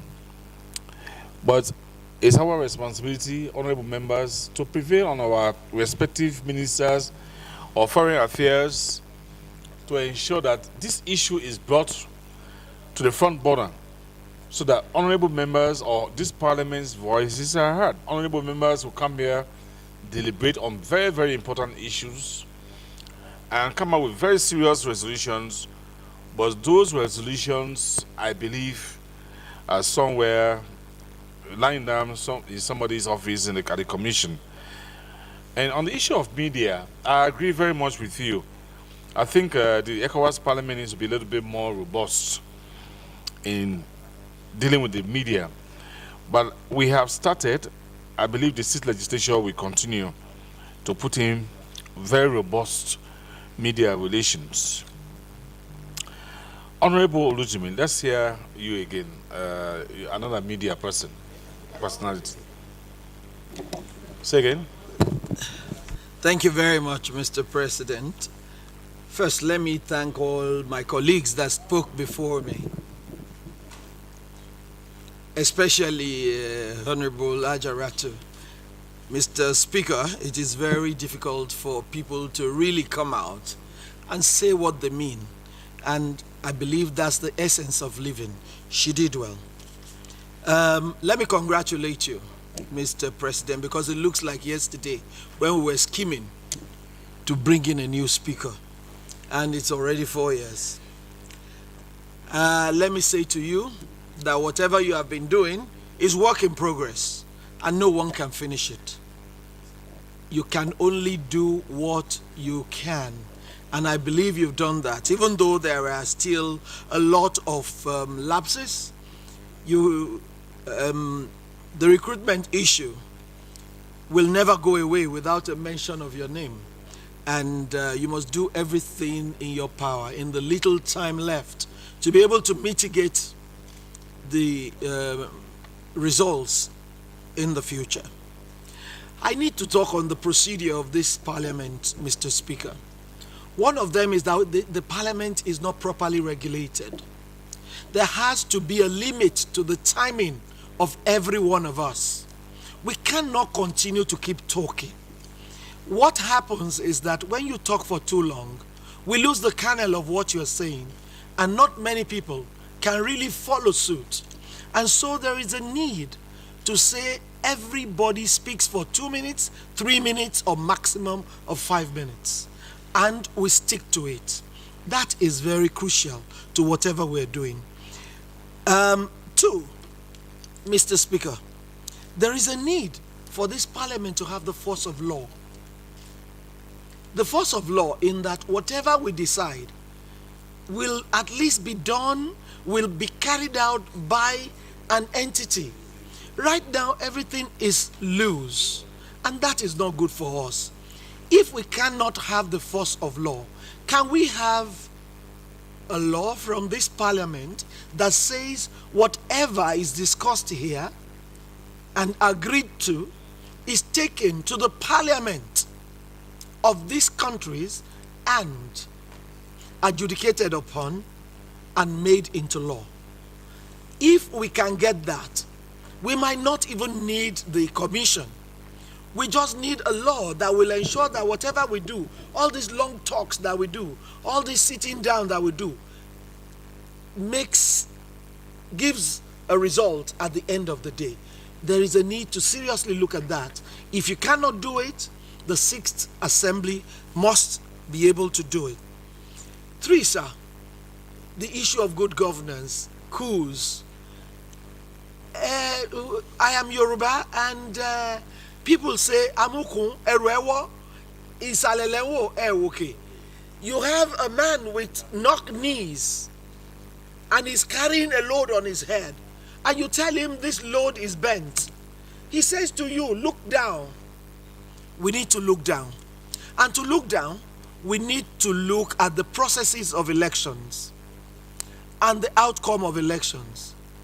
Liberia is a great lesson for all of us in the sub-region, and we need to study them.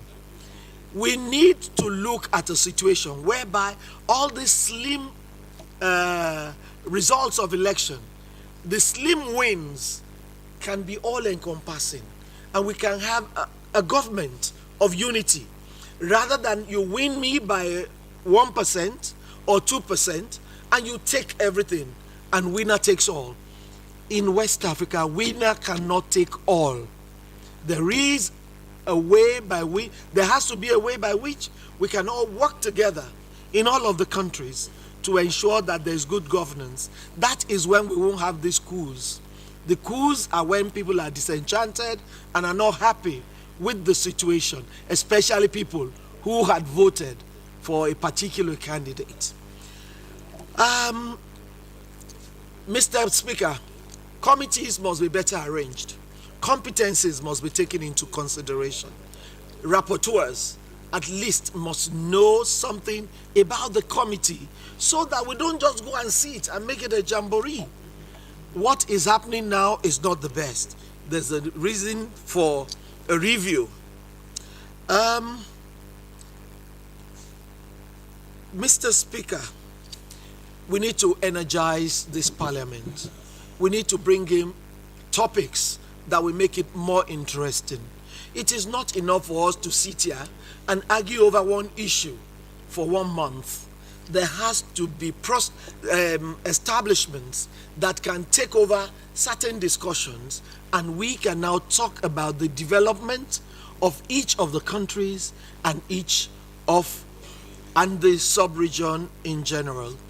Finally, let me thank you for the budget you gave to ECOFEPA. It has helped us in integration. Whether you like it or not, the best visibility this 6th Assembly has had has come from ECOFEPA. And I believe that deserves a round of applause for the women. And going forward, I believe we must broaden it. We must make it better. Our youths need to meet. There must be convergence. They must know each other. They must know what they are doing in the various countries. We must be able to help each other out. And I believe you must strengthen ECOFEPA. You must make sure they do better than we did in the past. And you must also ensure that the budget is improved. Integration is the way to go. You need to also enact a law that will allow our children to have exchange programs so that we get to know each other better. In all, Mr. Speaker, I will say it's been a very fair time with you. You have done your bit, and I believe going forward, God will light your path. And for all of us that are leaving, we believe we will always still contribute. And those that are staying behind, I wish you all the luck. Thank you very much, Mr. Speaker. Thank you. Thank you very much, Senator Olojimi. Winner takes all, I think, is a major problem we have in West Africa. I'm hoping that our leaders will one day decide to move away from winner takes all. On the issue of our relationship with national parliaments, DIC's 5th legislature has actually started a process whereby we'll have our country decks. In each National Assembly, we are going to have maybe a clerk, let me put it that way, a clerk that will ensure with the leadership of with the country membership or country delegation, we ensure that deliberations in the ECOWAS Parliament are related to that of the national parliament. And we even want to look at the possibility of ensuring that deliberations here are also debated in the national parliaments. We have requested each country delegation to provide an office in their national parliaments, and the SG has just confirmed to me that we have now all the laptops for those clerks that will represent the ECOWAS Parliament in those national parliaments, and a stipend, a small stipend, will be paid to them every month. We are going to implement that and ensure that those laptops are distributed to the various country delegations, maybe in Banjul. But definitely we're going to do that before we leave office. ECOFEPA, you know, like I said before, I take responsibility for anything that is good in this place. So ECOFEPA, I've always said, is my baby. And even when I would have left, that would be my legacy, one of my legacies in this place. You know, recruitment is a problem. Trust me. You know, when I took over Parliament, everything worked so well for me until there was a recruitment in this Parliament. And then the problem started. And up to this day, the problem is there. And I'm sure, even though I will do my level best to ensure that the problems are solved, but recruitment is a headache, a major, major headache. And I'm praying that I will have the right medications. Honorable Senator Francis. Thank you, Mr. Speaker, for giving me the floor. Much has been said about this coup in West Africa. I will say, Mr. Speaker, that coup will continue to raise head in West Africa if certain things are not done. What are the causes of coup? The causes of coup is 1, a bad election. 2, bad governance. It is not only bad governance that gives rise to a coup.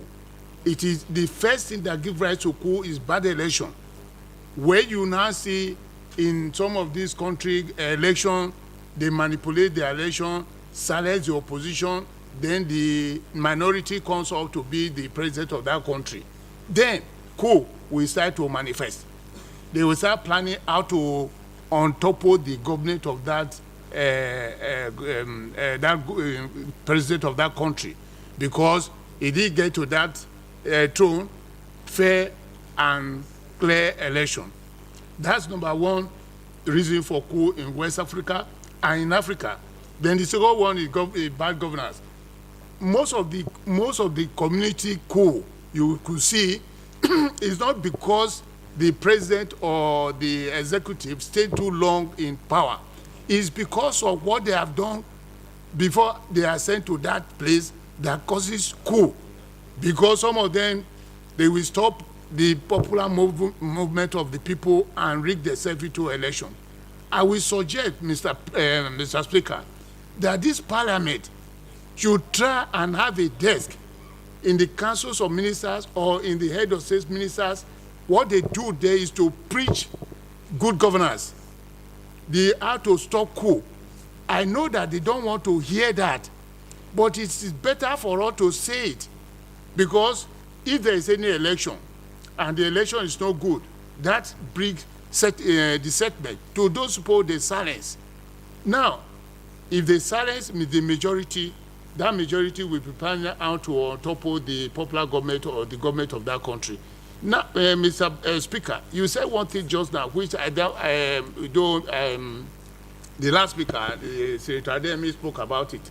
It is not good for our speaker not to attend that council's meeting.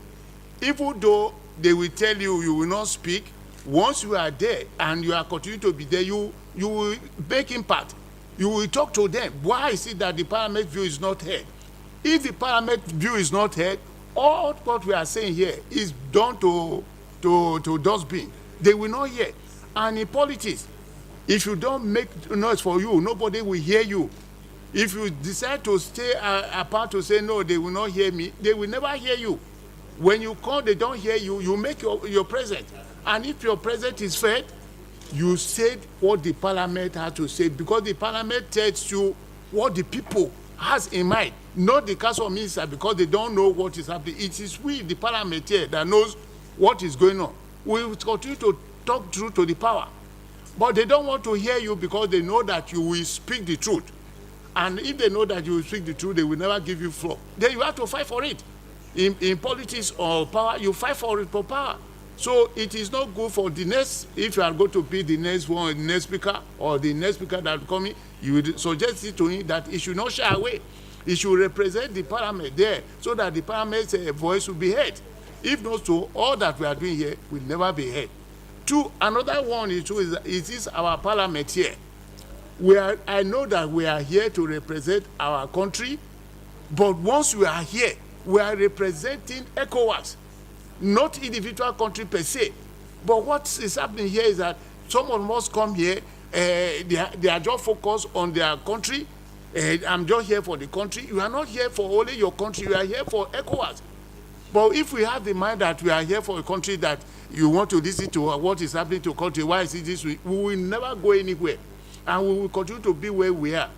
Let us go out, let us do away our past, because the white man do want us to live together. They will tell you, don't you see the francophone is doing this, why can't you do this? Then when you come there, you have that mindset. What is the contribution you would have been done for us, for the ECOWAS country to proceed? You will not, because you have that set mind of this thing. It is only when they talk of Ivory Coast that I will talk. If you talk of this, no. Once we are here, we are representing the community. This where we come from should be out of our mind. If not so, we will never be one as we're supposed to be. So, Mr. President, or Mr. Speaker, this is one of the reasons why we must carry this ECOWAS Parliament up, because all the discussion we are discussing here, if there is nobody to push it for us, we cannot go anywhere. So that's my own little view of my contribution. Thank you very much, Senator Francis.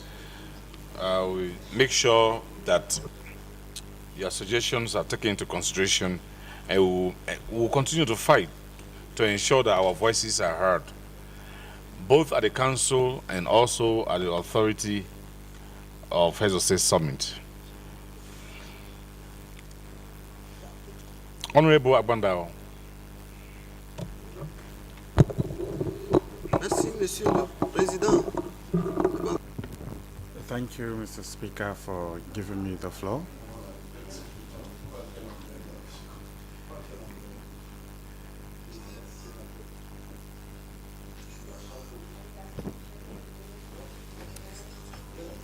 I'd like to say congratulations for this tenure which was not all rosy, but which was not all bleak either. And in any case, we have all followed you.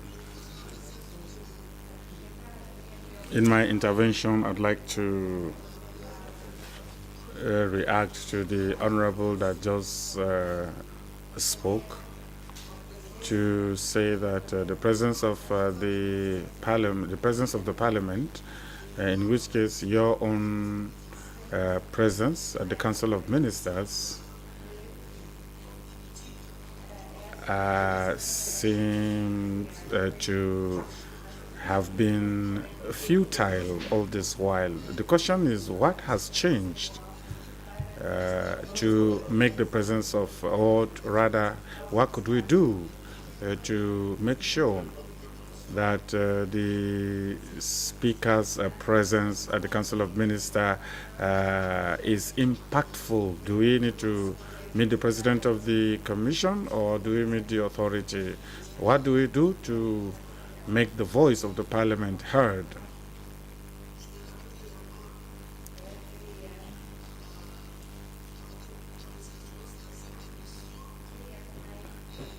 My next comment has to do with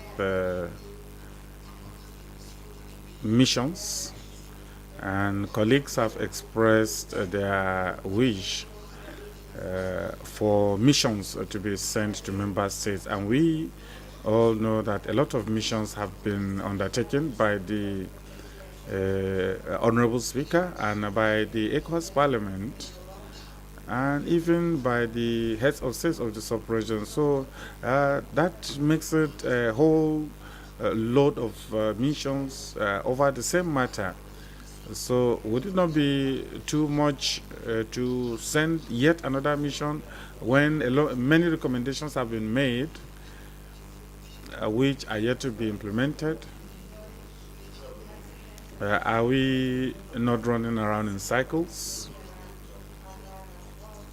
If the Parliament has only a consultative role, have this are their opinions being taken on board?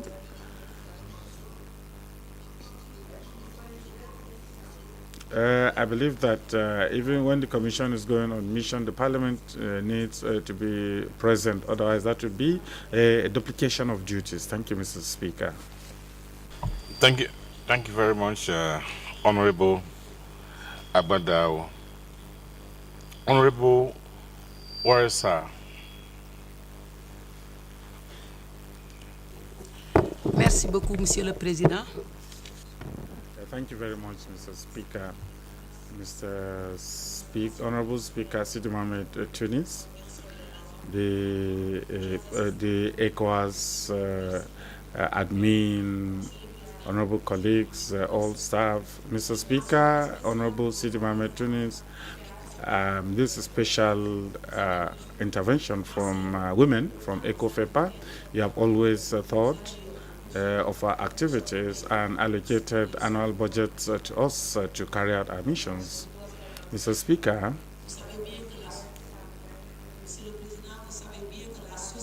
you know very well that to grow a society, you need to grow the women.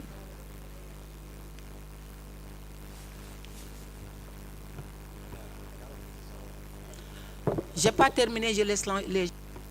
I'm not done, I'm just waiting for people to settle down. Sure.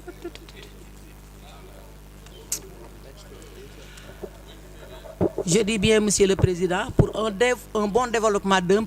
I was saying, Mr. Speaker, that for a country or a community to develop, you need to give a lot of hope to women and to build the women, because we are mothers, we are homemakers, and we are builders. Mr. Speaker, I wish you Godspeed. You are around as you round up your 4-year tenure. I'd like to thank you. May God bless you and bless your family. I'd like to thank you really, because you are a good leader. I'd like to thank Honorable MP Hajaratu for daring to say what people dare not say in public, but who say it in the corridors. And this represents a major hope for our institution. But I will not conclude my speech without thanking a big Senegalese statesman, Alhaji Mustafa Cissé Lo, who initiated all the activities of ECOFEPA, to whom we wish long life and good health. He is strong, generous, courageous, intelligent, and he knows how to defend himself and also to defend the institutions that he led, because he was the Deputy Speaker of the National Assembly. Mr. Speaker, we, the women, would want a strong place in the ECOWAS Parliament. That's what we want. We want a woman to head the ECOWAS Parliament next time. Where you are a leader, but also my son, and I'm coming to the end of my tenure, and we'll be moving elsewhere. So thank you, Mr. Speaker. It's good to accept criticism, because that is the only way that we grow. So we'd like to thank you on behalf of ECOFEPA, because it was thanks to you that we organized a lot of our General Assembly in so many countries. So thank you so much, and God bless you. Thank you. Merci beaucoup. As a matter of fact, the next ECOFEPA meeting is going to be for 3 days, not 2 days. 3 days. We are going to ECOFEPA Global Summit this time.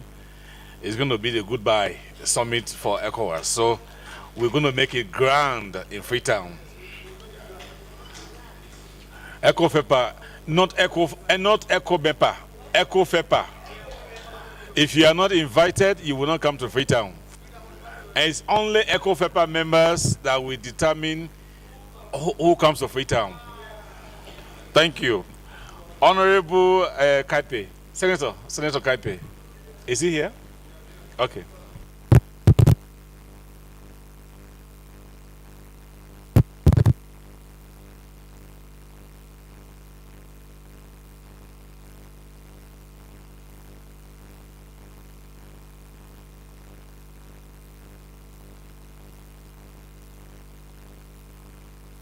Hello, hold on a minute. Can honorable members hear what he's saying? Is okay?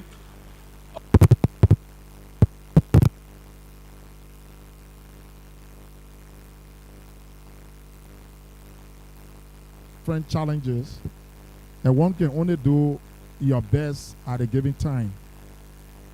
Mr. Speaker, I've been around the Parliament for a while, and my own evaluation and conversation has to do with the issue of good governance and security.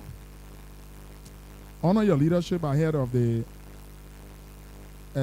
Parliament, there have been situations in Guinea. Of course, you met the situation with Mali, Burkina Faso, and other countries. Thank God that we had a situation that was reversed in Sierra Leone.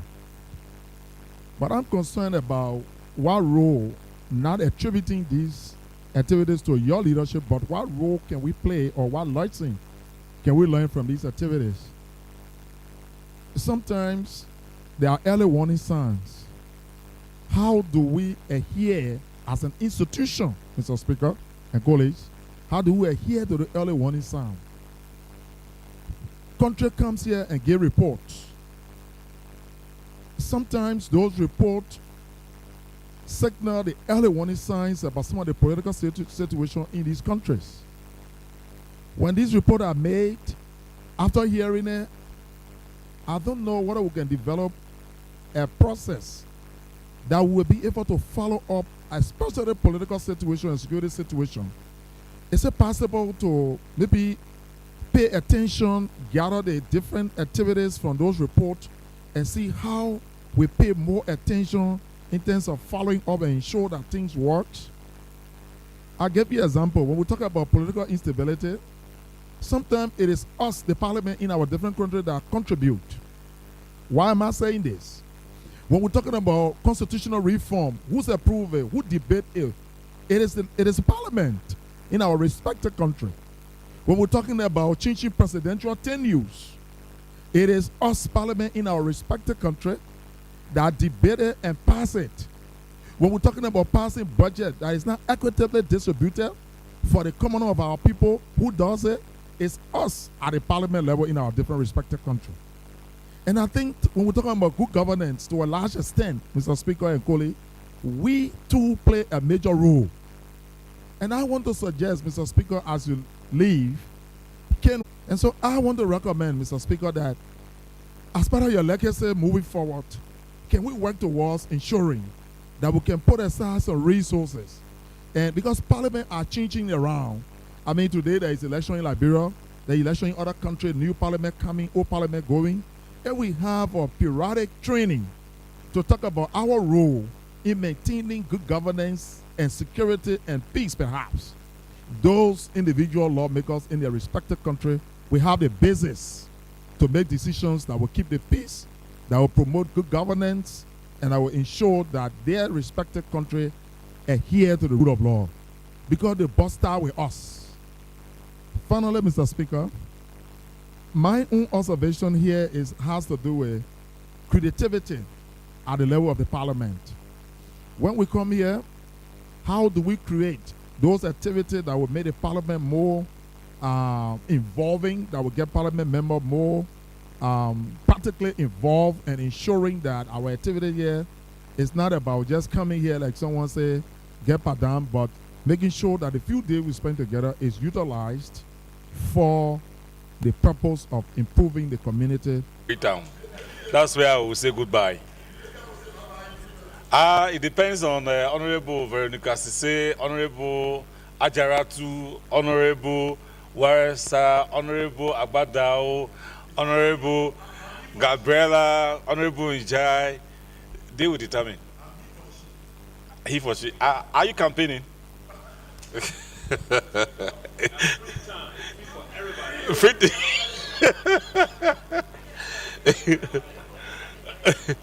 Honorable Jalo Samba.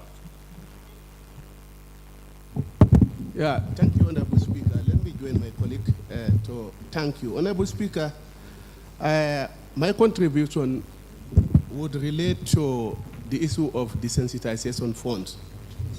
I think it was very quick that you informed the August House that DAF is working on it. Because for me, I believe there should be a strict condition attached to this sensitization funds.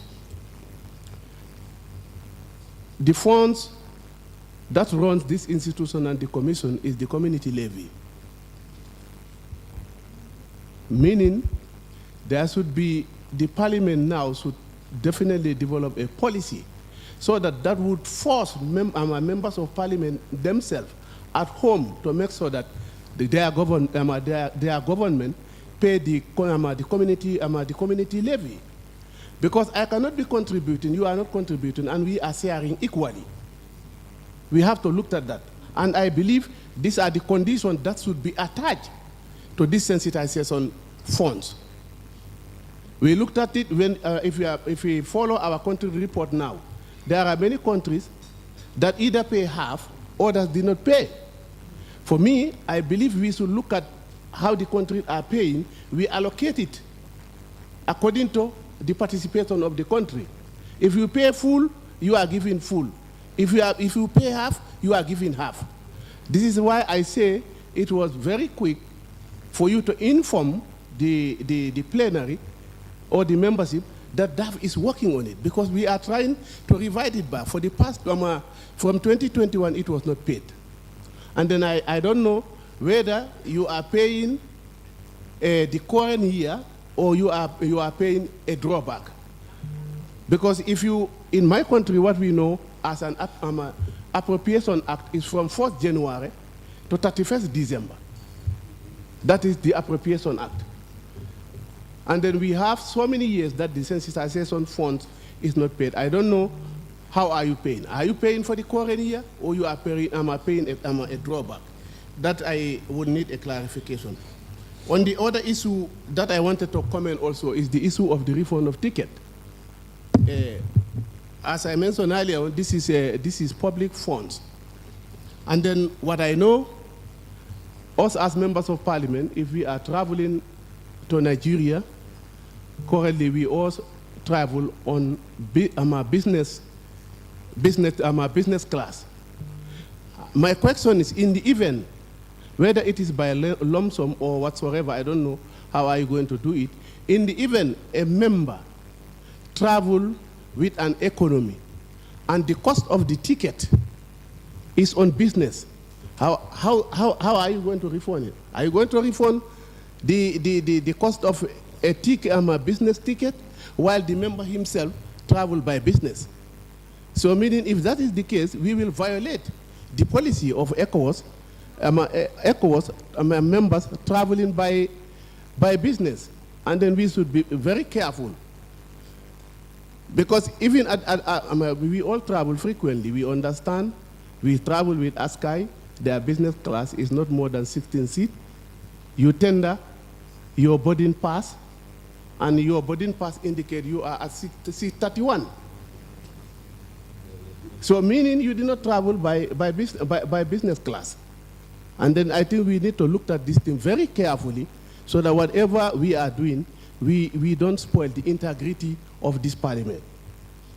So, Honorable Speaker, in short, this was the only thing that I wanted to flag. For me, the issue of the desensitization funds, let us look at it properly and make sure that we put strict conditions that will even force members themselves to make sure that the community levy is paid. Because without paying the community levy, there is no funds. Thank you. Thank you very much. I'm surprised that you didn't go to the third issue, because in this parliament, I think if I were to be tried in a court, I'll be tried for 3 key issues. 1, sensitization funds that have not released to MPs, 2, tickets, refunds, and 3, recruitment. Those are the 3. But, you know, before I proceed, I just want to, it's not going to be a debate. I'm not going to open a debate on it. But probably to talk a little about, I'm not going to recruitment. That's what we've dealt with this several times. But on these 2 issues of ticketing, number 1, when I entered this parliament in 2018, I bought my own ticket and I was given a refund of $2,000, I still remember $2,700 or $2,800. And then when I took over in 2020, I was told by administration that there was an audit report and members will no longer buy their own tickets. That's how they started buying tickets for us.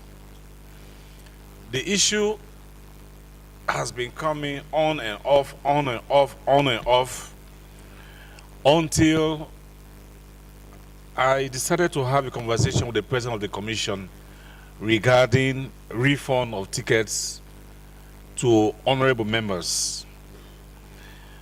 And I was told by the president of the commission, and he also said so in this chamber, that yes, indeed, the issue of ticketing has been a very serious issue in Parliament, in the ECOWAS community generally.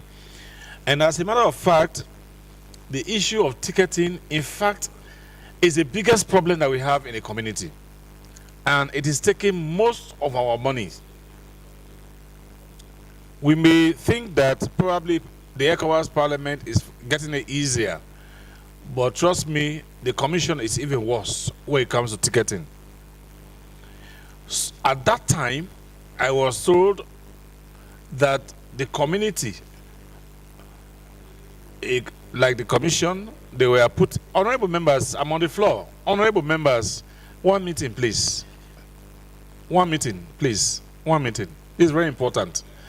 The only issues I have in this parliament is this issue of ticketing. So that's what I'm talking about right now. Yes.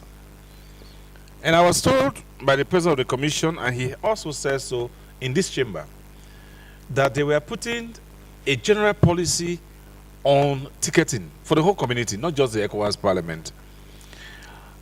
And just yesterday, I was talking with a very senior person at the commission regarding this ticketing issue. That's why I really, really want these committees, I wish I had received their reports, the full report concerning, especially the ticketing, so that it can also form part of the proposals from this parliament to the ECOWAS Commission for the attention of the Council of Ministers. But I just want honorable members to understand very clearly that at this stage, I have no authority as Speaker to say this parliament will make refunds to honorable members of parliament. I don't have that authority. I'm doing my level best. I have received, I'm sure, more than 1,000 voltage of heat in this parliament regarding the tickets, but I don't have the power. I don't have it. That's just a fact. So I'm waiting for this honorable committee to give me a report. It is in my interest, especially for my integrity, to ensure that this problem is solved once and for all. As Speaker, I have nothing to do with ticketing. I don't issue tickets for honorable members. I only give instructions to make sure that tickets are issued to honorable members to attend sittings or to go on missions and all of the such. But I don't have the power to do so, to give instructions for tickets to be refunded to, or cost of tickets to be refunded to honorable members. I don't have it. I don't have that power right now. But I believe this committee report will help. It will help me also to make a case for the parliament. So I look forward to receiving that report, to take it directly myself. I'm not taking a committee. Maybe I will have 1 or 2 committee members to take it directly to the president of the commission. I'm in this office until March, so we have enough time to settle some of these issues. That is the ticketing. On the issue of sensitization, again, when I entered this parliament, I received $10,000. I still remember that money was paid into my account. The leader of our delegation, then, Honorable Chanoba, gave instructions for that money to be paid into my account here in Abuja, and I paid to honorable members in Sierra Leone, in Freetown. Again, I was told when I took over by the administration that we can no longer pay the money. Instead, that we should have projects on sensitization for that money to be paid. But for the past 2 years or so, we have not had any projects. That is the reason why when this issue came up again, I told the Secretary General and the DAF, let us process to pay this money. If they stop us at the commission, or we are stuck somewhere at the Auditor General's office or whatever the case may be, then we know that yes, we are not supposed to pay it. But let us clear it from our desk. Let us make the attempt to pay. That's the reason why they are processing it. So for now, those are the only 2 comments I can make over sensitization money and ticketing money. It's not a debate I'm going to open, but just for a little bit of clarification, just so that honorable members will have an idea of what this whole debate is about. And like I said, I am saying so because it also borders on my integrity. I have to be very, very careful. I take responsibility for what the administration, whatever the administration does, but when there are issues of that nature that due to misinterpretation borders on one's integrity, I think is but for the best for me to give some explanation. So we'll continue with our debate. Senator Zago.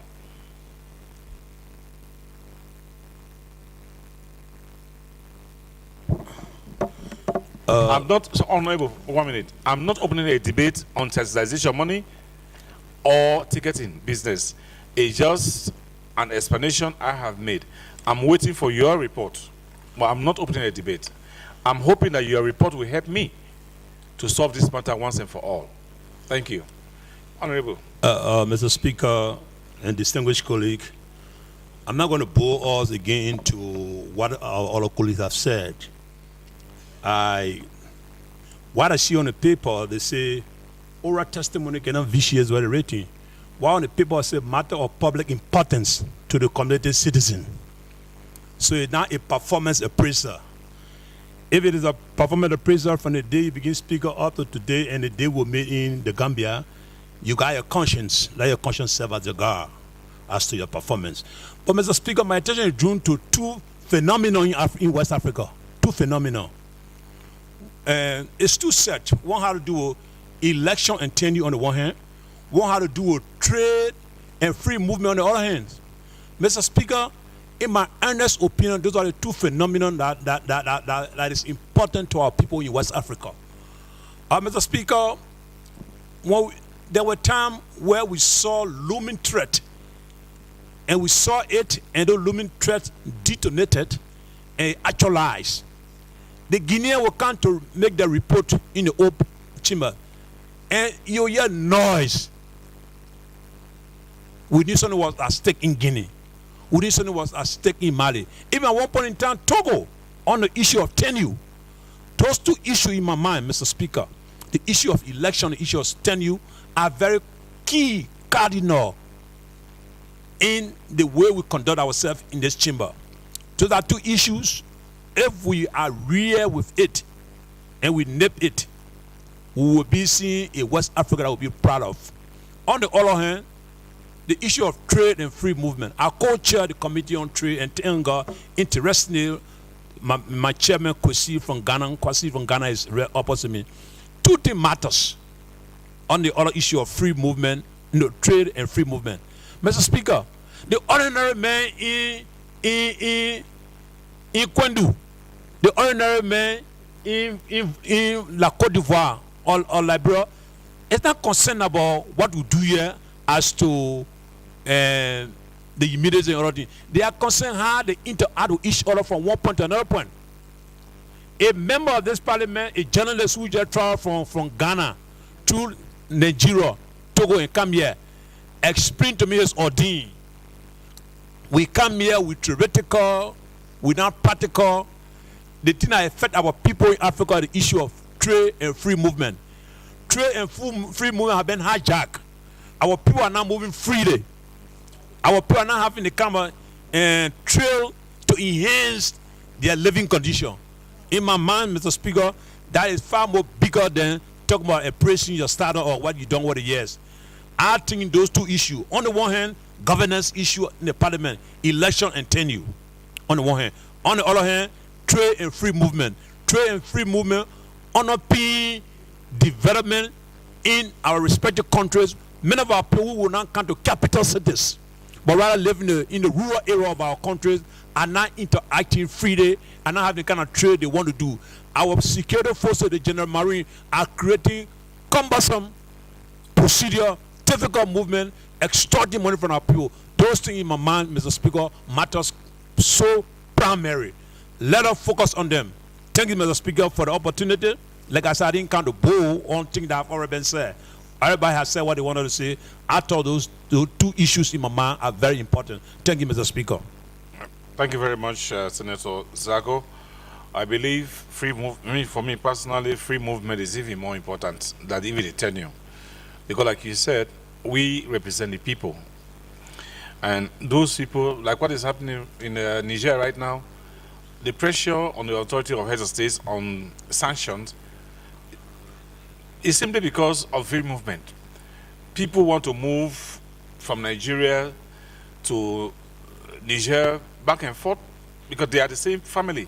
It's like Sierra Leone and Liberia. I come from a border constituency. We are always in and out.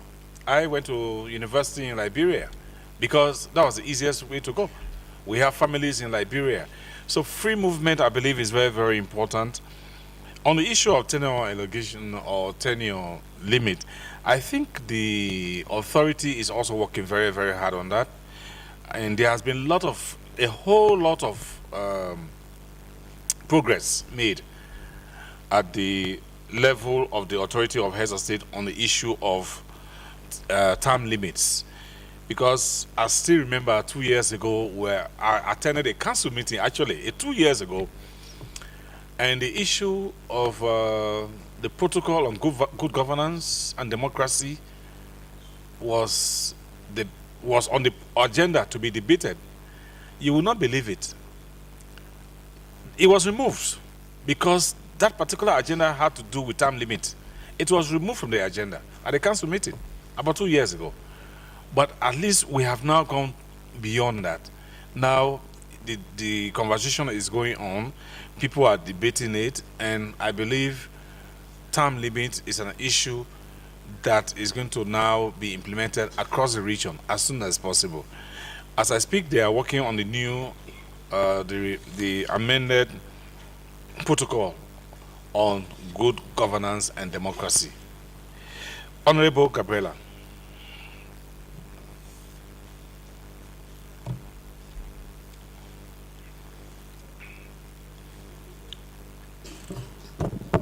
Muito obrigada.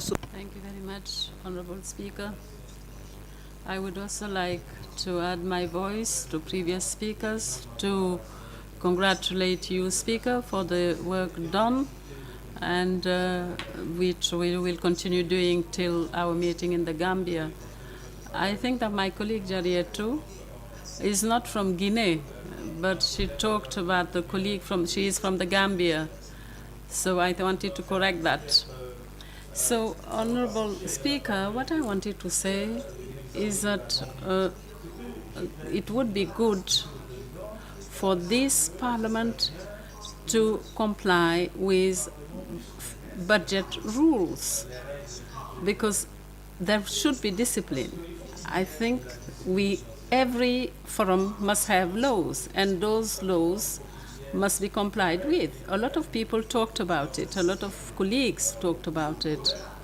And we did say that a budget line is earmarked for sensitization, but that budget line was used for communication purposes.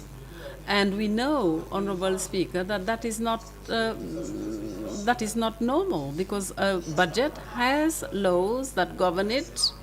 It is prepared, it is elaborated, and it is implemented by Parliament. And we approve,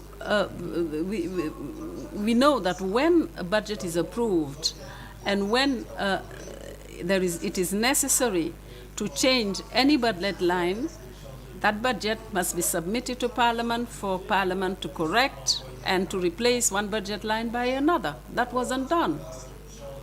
We were not aware of what the Speaker just explained to us on the allocation of those sensitization funds to other budget line. And we need that money because our people, our populations do not know about ECOWAS. They don't know what ECOWAS is doing. It is only when there are problems that they know about ECOWAS, but that sensitization allowance is necessary for us. And we have objectives. We want to continue our sensitization activities. And if there is any problem in the budget, any project in the budget, a budget is a law. A budget is based on a law. It is based on forecasts. And if there is any problem, we need to amend if necessary, but that wasn't done. Things were not done in that way. And this is something that we wanted to underline. And Honorable Speaker, I also wanted to let you know that you have a friend in this room, and that friend is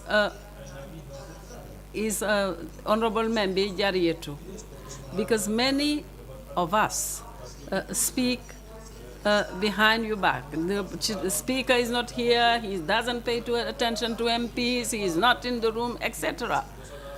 And she is the one who came up and said it. She said it today.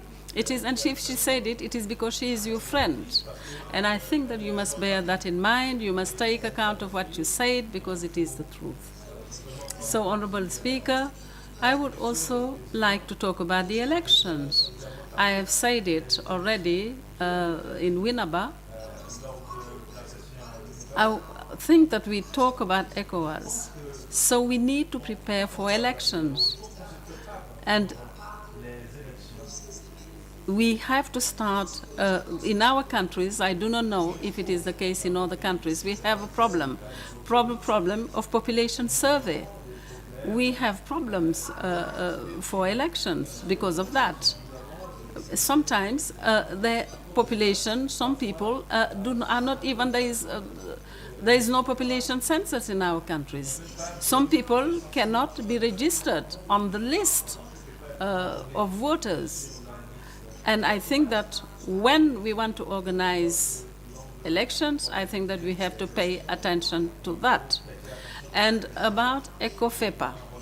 ECOFEPA, I would like to congratulate our president, to congratulate you, Honorable Speaker, because you made promises and you did what you said that you were going to do for ECOFEPA. I think that ECOFEPA is a necessity for us. I think that we need to, we are working against coup d'etats. We want our daughters, our sons to take over power peacefully. And if women take over power, things are going to change. So we would like to thank you, Honorable Speaker. In all our countries, we have to hail the fact that the Speaker decided to allocate funds to us so that we can continue our activities, and we are very grateful to you, Honorable Speaker, for that, and I will leave it there. Honorable Gabriela, we pray that the situation in Guinea-Bissau will return to normalcy very, very soon. Honorable Arifari.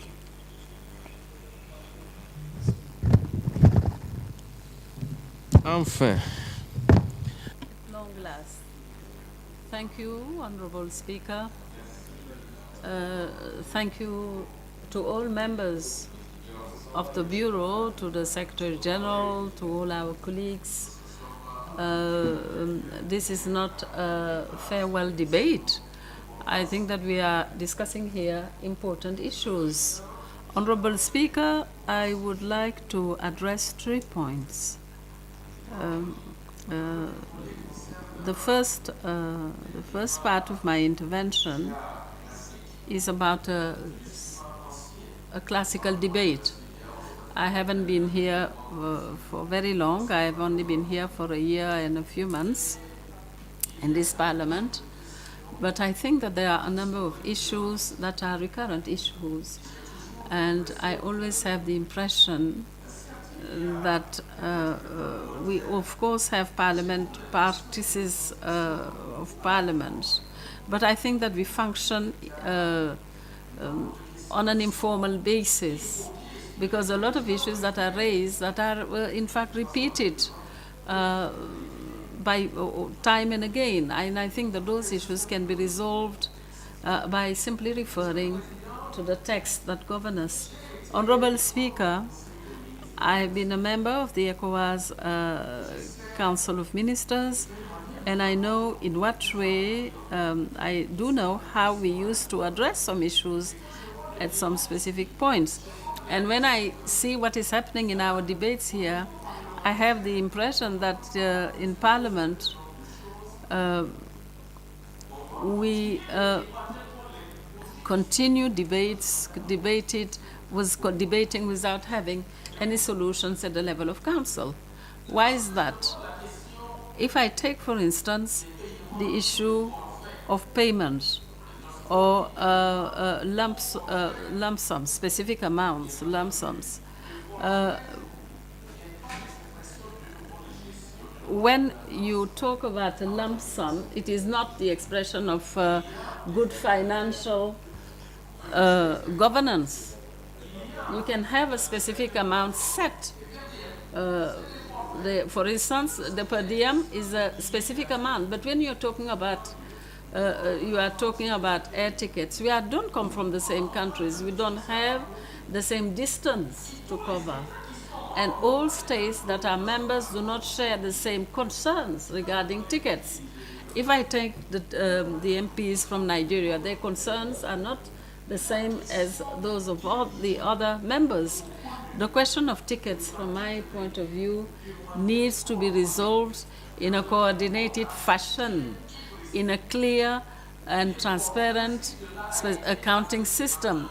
If we were applying such payments at one point, I remember at a Council of Ministers meeting, they say that we needed, an audit was needed on the management of some institutions because there are some issues on which one cannot continue paying a fixed amount of money. I'm sorry, maybe may not agree with everybody, with what everybody has been saying here, but I think that for the sake of good governance, this question on tickets must be resolved at the level of the central administration, must be resolved at the level of the by the accounting system of Parliament. Because now, if we want the way, another way of doing things, another way of going about it, we need a clear text, a clear rule adopted by Council of Ministers that will authorize Parliament to pay a fixed amount. We are repeating the debate all the time. So either we limit ourselves, we make do with what is the rule, current rule, and this is what is coming out of the audit, or we come up with proposals. We propose a new rule, and we'll mandate maybe the Speaker of Parliament to go and defend it before the Council of Ministers, so that on the basis of that new rule, with new text, they can say that, okay, we are going to grant to MPs a specific amount of money for their missions, and it will not be the same amount for everyone. It will take into account distance of countries, and a number of parameters will be taken on board, and this is what we want to get resolved. This is my view on this first point. The second point relates to the 10,000 allowance per country for sensitization purposes. When I came to Parliament, when I arrived at Parliament, I replaced a colleague who was at the Committee on Finance. And not so long ago, I talked with the colleague and I said that what I saw in the budget nomenclature can raise problems, can raise issues insofar as the budget line where for sensitization is entitled sensitization and communication. So if it is sensitization and communication, the money can be disbursed for communication purposes or for sensitization purposes, depending on the priorities that arise during a year or in a specific context. And that is why I would like to say the following. If we really want to get sensitization allowances for each country and per year, I think that we should separate it in the budget of Parliament, of the ECOWAS Parliament. We should separate the communication budget line from the sensitization budget line. And we know that what is allocated to sensitization will then be exclusively used for sensitization activities. I may suggest, therefore, that at that level, there be some work done. It will probably be in the next budget, and I would like this to be taken note of. And in the next budget, once again, for us to be given the $10,000 or maybe more, because countries do not have the same size. If Benin takes $10,000, it is quite clearly Nigeria should not be given $10,000 for sensitization work. I'm sorry to say so, but we need to speak the truth on a number of things. And at this level, I think that by separating the two budget lines, we should separate the two budget lines and adopt also a rule that we table, a rule to be submitted to Council for adoption to authorize in a clear basis, because this is what good governance is all about, to say clearly that such or such amount is allocated to countries for sensitization activities, with a process where there would be a counting process would be justify the amounts allocated to the different countries, with explanation justifying the amounts. And this is what the Bureau should do. And we have competent staff. We have competent staff to come up with such proposals, so that really we get out of this dilemma, so that we don't come back all the time and again, raising this debate which is polluting the environment in this House. The last point, which I have found here being repeated at every session, is the question, every sitting, is the question of recruitment. Let us not turn those who have been recruited, let us not blame those who have been recruited, turn them into, and I think, because I think that we have very clear rules, very clear texts, and whenever there is a debate, whenever there are files that are submitted to the Council of Ministers, you know that there is a provision that has been in place since 2013, where on specific cases it is in red, which means that it is critical, orange means that it deserves to be reviewed, and green means that it can go through. The question of recruitment is always underlined in red in some institutions, which means that the procedures are not followed as they should, and we know the procedures. If we know them, well, my God, let us bring them out. We have lawyers, we have competencies. Prepare a document that will guide everyone. We are MPs here. We are the ones who vote the laws. We know how to read the laws. When we submit rules that are clear and to the point, and that the recruitment procedures follow the right process, he's going to raise any point here and start a debate. I think that we waste time on issues that are futile, as far as I'm concerned, as compared to the regional very urgent matters relating to integration that we need to discuss in this forum. So on this point, Honorable Speaker, I would like to say that those are my views on those 3 points. And on the second part that I would like to address, the region, now we're talking, integration is our common ambition. Now on the path to integration, we have some impediments. The question of peace, security, stability, which were not key from the beginning, but they have become so with time, with a number of mechanisms that we have, we opted for, and we keep to, we always repeat these issues, my dear colleagues. So I'm sorry, I would urge, Honorable Speaker, I would urge that after the 64th summit of the ECOWAS Authority of Heads of State, and following up on the decisions made on issues relating to peace and security, and for countries such as Niger, Burkina Faso, Mali, Guinea, etc., I think that as Parliament, we need to support, express our support to the decisions made, and we should do so in an express manner, I think that we need to encourage such positions. We have had a lot of debates here, namely on the question of Nigeria. And to my mind, there has been some progress that we must hail, encourage, and the people should hear our voice on this.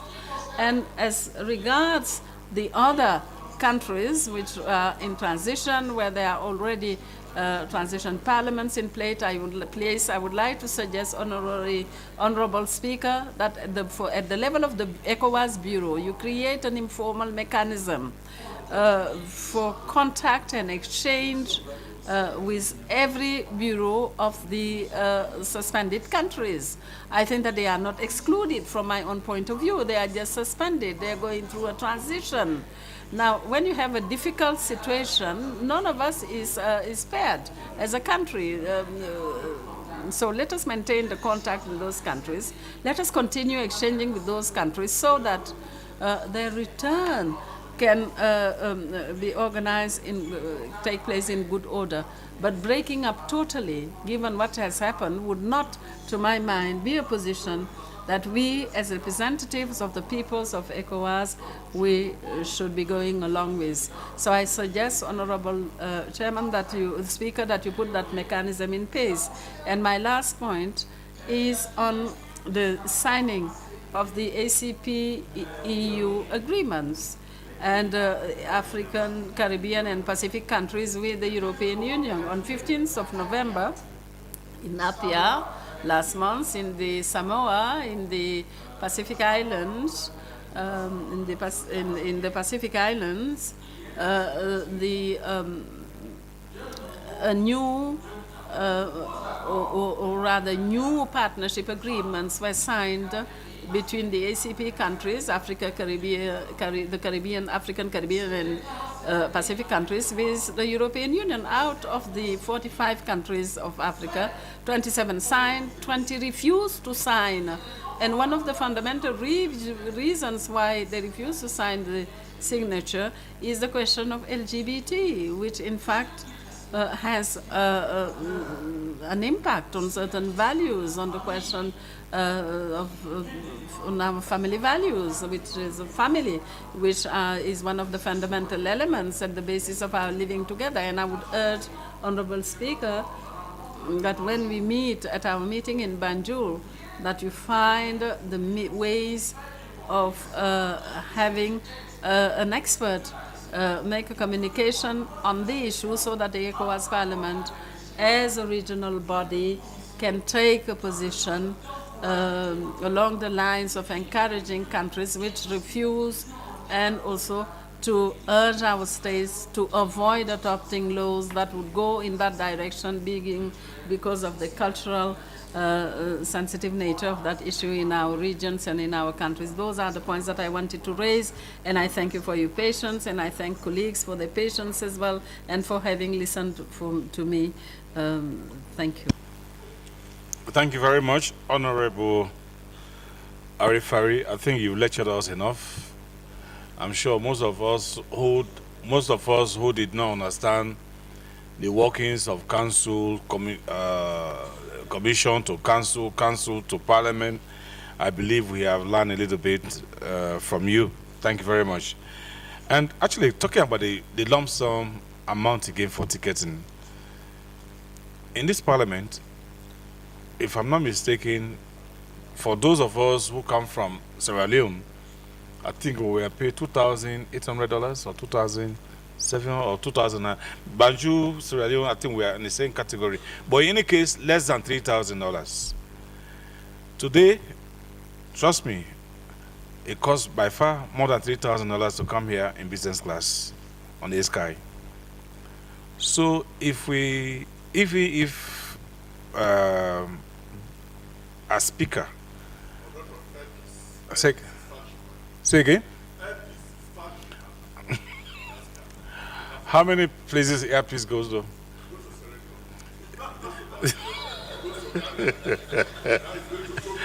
my MPs travel on business class. There is no business class in airpiece that goes to Sierra Leone. Honorable members, even if Honorable Tunis, the Speaker, were to give instructions that, oh, let us take the risk to pay lumps of money, I will be in a bigger trouble. Trust me, because members may not be able to even attend Parliament with the amount of money that is, for now, allocated for those countries. They will not. So, like I said, I'm still waiting for the committee report. When I receive that committee report will be able to help me and guide me to solving these problems of ticketing. Let us listen to the 4th Deputy Speaker. If you want to say something? Yeah.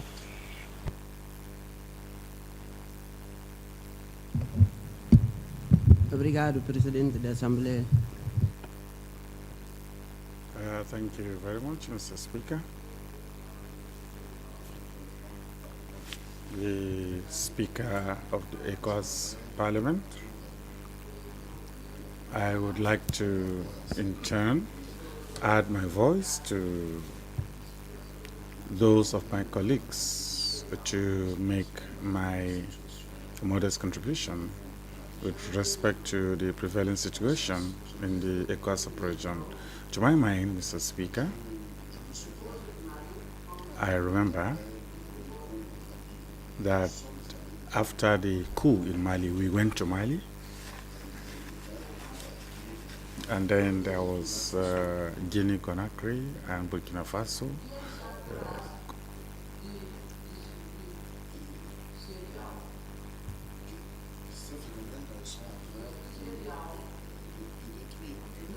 And these developments are destroying, so to say, our sub-region. Now, we don't have any other organization to which we are affiliated, and every other sub-regional bloc is saying that ECOWAS is organized, it is developing, and it is making giant strides. So what's going on with this coup d'etats? What's hiding behind this coup d'etat? I don't have the response to these questions, but there are problems, and some colleagues have already mentioned a number of them. And so when you do an analysis, we would reach the conclusion that we need to work more in order to unravel what these problems are. First of all, someone said that for democracy to thrive,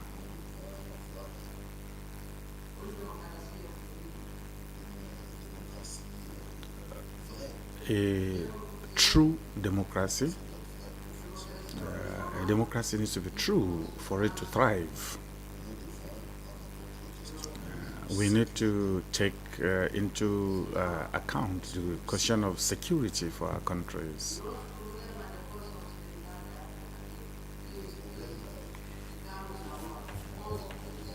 Our problems in the sub-region, we were 15, today we are 11. And this problem also almost affected Guinea-Bissau and Sierra Leone, and could easily affect other countries too. And that's why, Mr. Speaker, I'd like to say that during your tenure,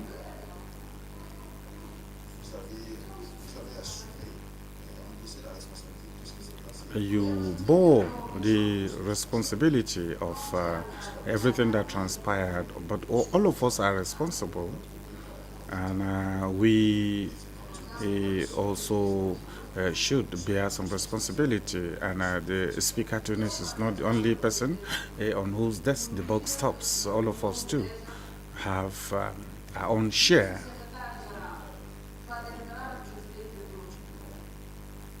During one of the meetings of the Bureau,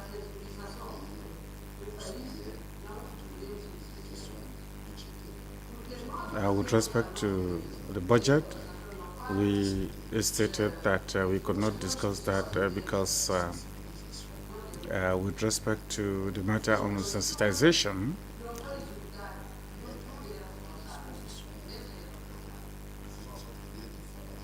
we are making sure that funds are available.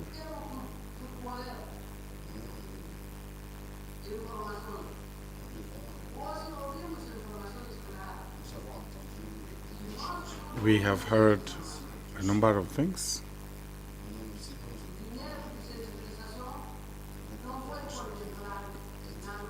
And if we listen attentively and we understand what is being said, it should take us in the right direction. The sensitization funds are yet to be paid. With respect to the cost of flight tickets, the Speaker has given clear explanations. I was not in Togo because I was working in Guinea-Bissau, where I led the bureau. I was in Winneba. I took part in the session in Guinea-Bissau. And we set up a new committee. And I have this to say.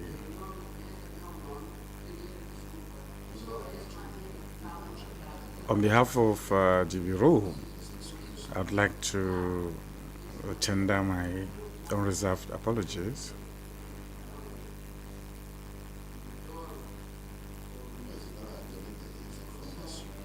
The Speaker has given clear explanations, and the Auditor General, just like the President of the Commission, are best placed to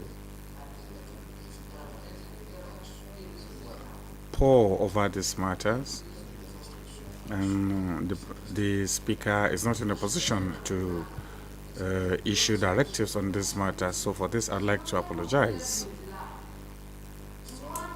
And I would like to also say that without the powers to legislate, there are so many things that we could not achieve.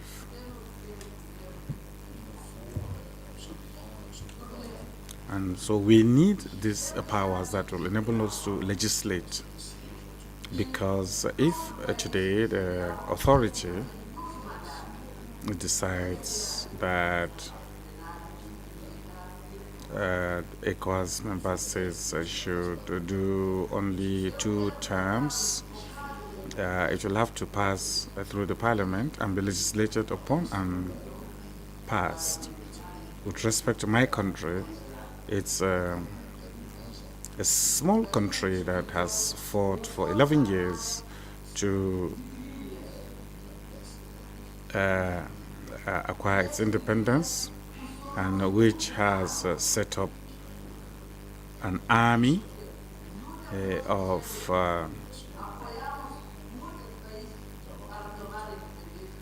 former combatants, and this cost the country a lot. And we suffered greatly in my country before we could attain independence. So we are forced with a complex situation with the military in my country. At no time after the 14th November,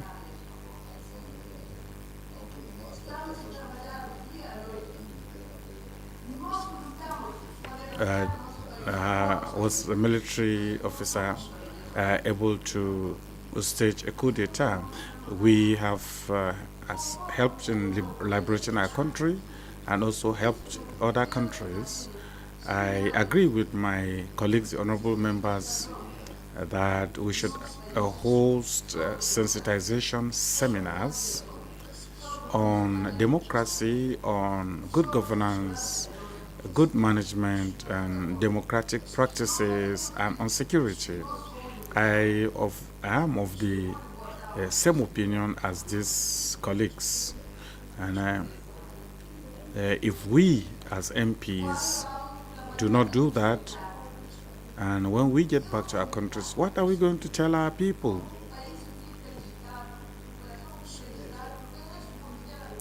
And whenever the military rises, and I am myself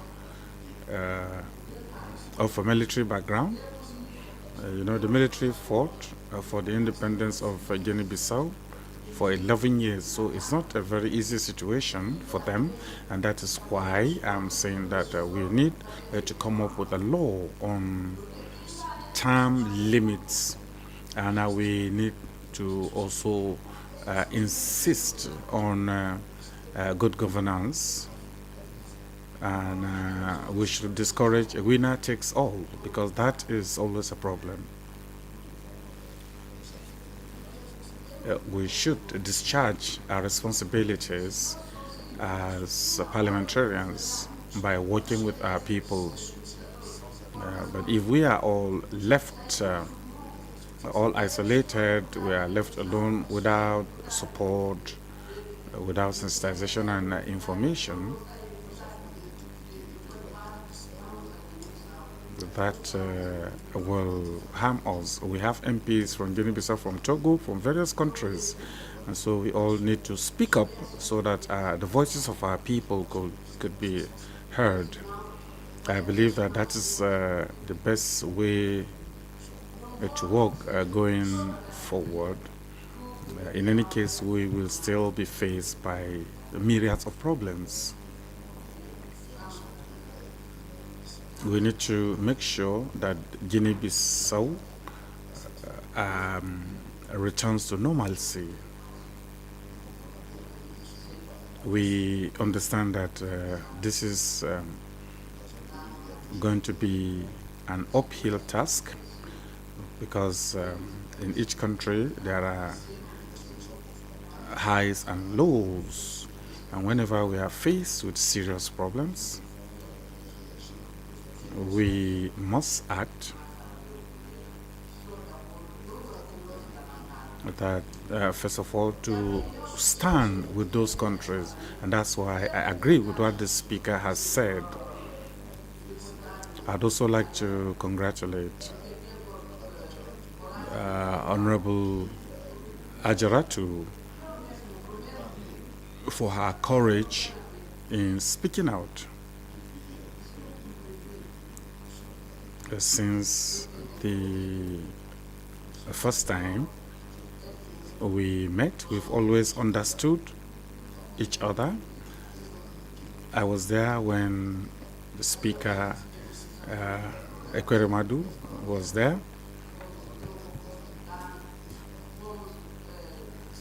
I was also there, present during Speaker Cicelo's tenure, and today Mr. Tuni's tenure also. A lot of countries, Togo, Guinea, and several others, we worked on sensitization, and so the incoming bureau should be open to criticisms and also do a an introspection to. Despite this, we'll remember the good moments that we shared together. And so I'd like to thank all the honorable members who have spoken. Thank you very much, Mr. Speaker. Thank you very much, Your Excellency. Honorable Emerson. Thank you very, very much, Mr. Speaker. Mr. Speaker, I want to thank the members who have earlier contributed before me in this particular plenary.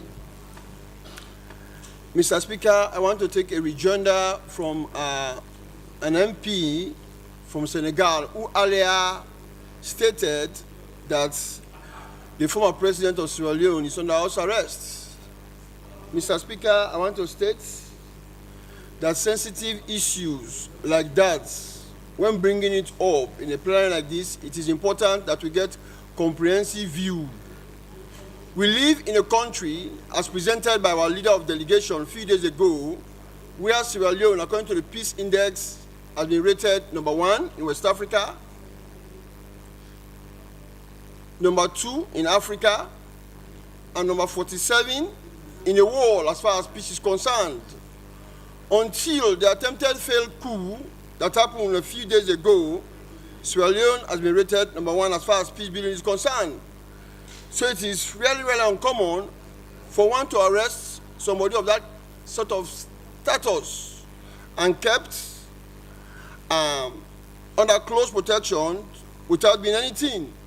I would have loved for the MP to have elucidated on the circumstances or the causes before ever making such a statement. Mr. Speaker, honorable member, we as a country have faced a lot. Everyone here can recall of the 11-year brutal war. We are grabbing up little by little. And all of a sudden, for us to have seen the attempted failed coup that wanted to be failed Sierra Leone was unfortunate. Mr. Speaker, having done with that, I want to look at the case of Niger. We continue from this angle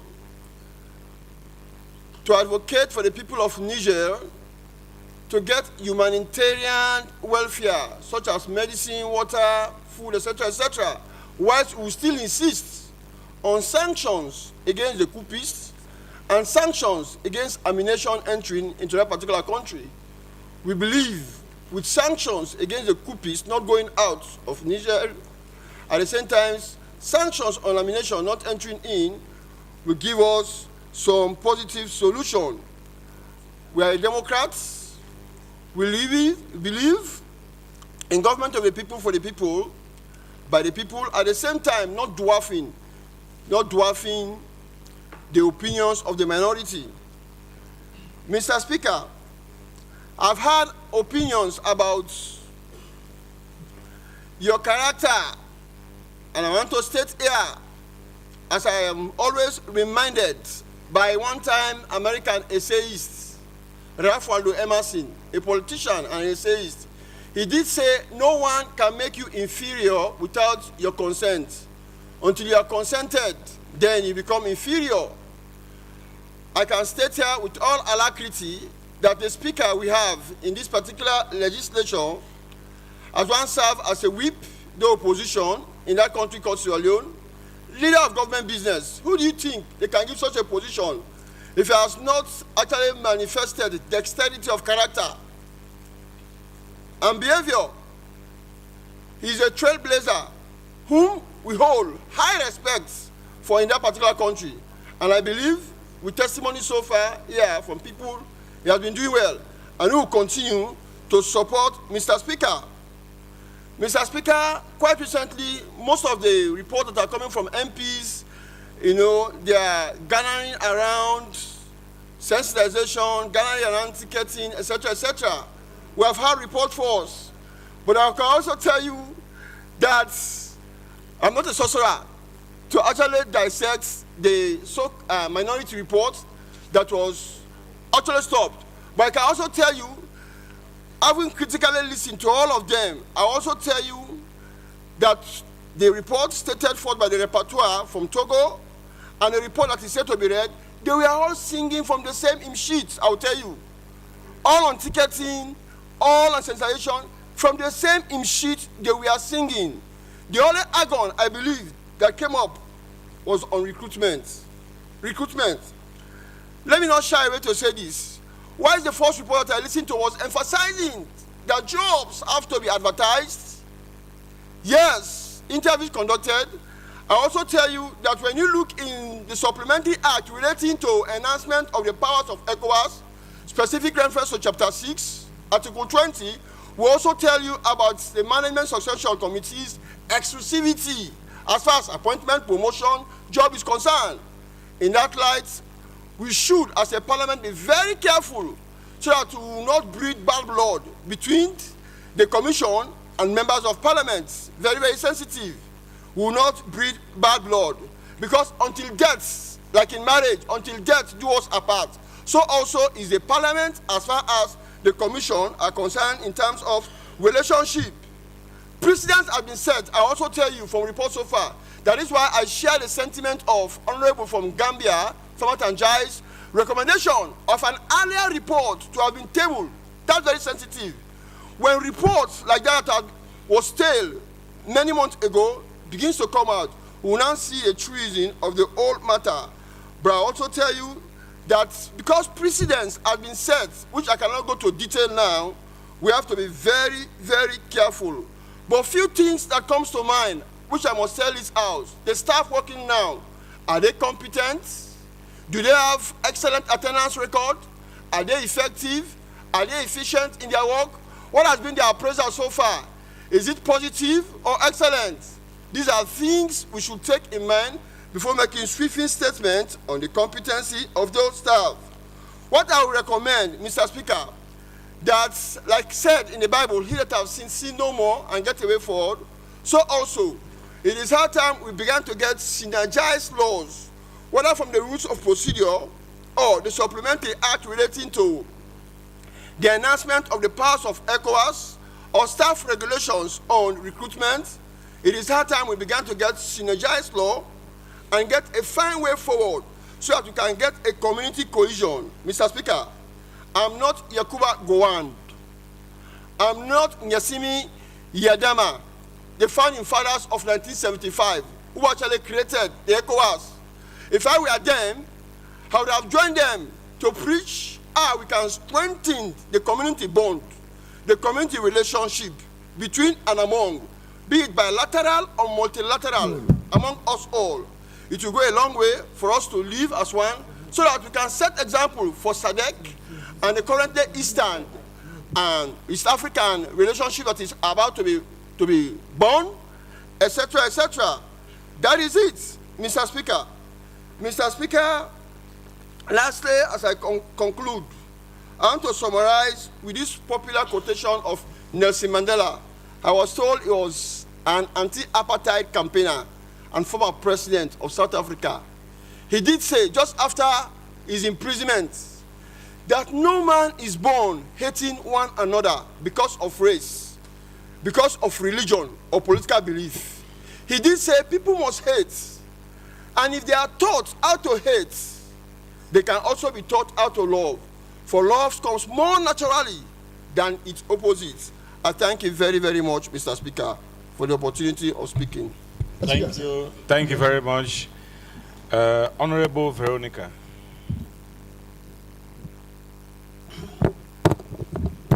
Thank you so much, Mr. Speaker. Mr. Speaker, honorable members, I must start my intervention by thanking the Almighty God who has made it possible for you to pilot this wonderful plane, the aircraft that all of us we are in.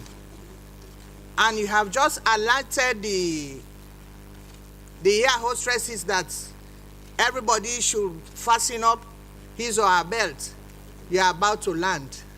And I hope this plane will land peacefully in either Ghana, in either Banjul or wherever.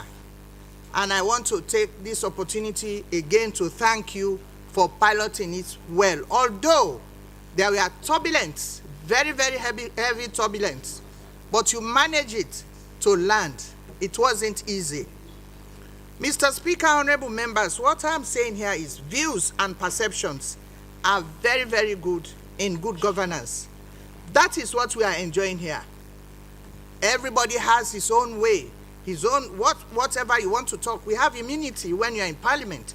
You can say whatever you want to say in this parliament. So that is how a leader should behave. You have to listen. And you are very honest to say, you are a human being. You are liable to mistakes. You have accepted it. That whatever, whether good or bad in this parliament, you take the blame. So you are being very honest, because like a school, if a school does well and you have so many passes, who will get that praise? It's the principal and the teachers. But if the school happens to misbehave or happens to fail, who they will hold responsible? It's the principal and the teachers. So therefore, this parliament is not only run by speaker alone, but with the admin and the principal advisor is the Secretary General. So whatever, if there is failure, if there is shortfall, I don't think he should carry the bulk of it. Everybody should carry the bulk of it, because he works in the dictate or advice of the the Secretary General. So thank God people have given accolade. So many, about 80% have given accolade, because we are coming from the same country, of course. You might have your pro and cons, but some people have given you accolade, which we are very proud of.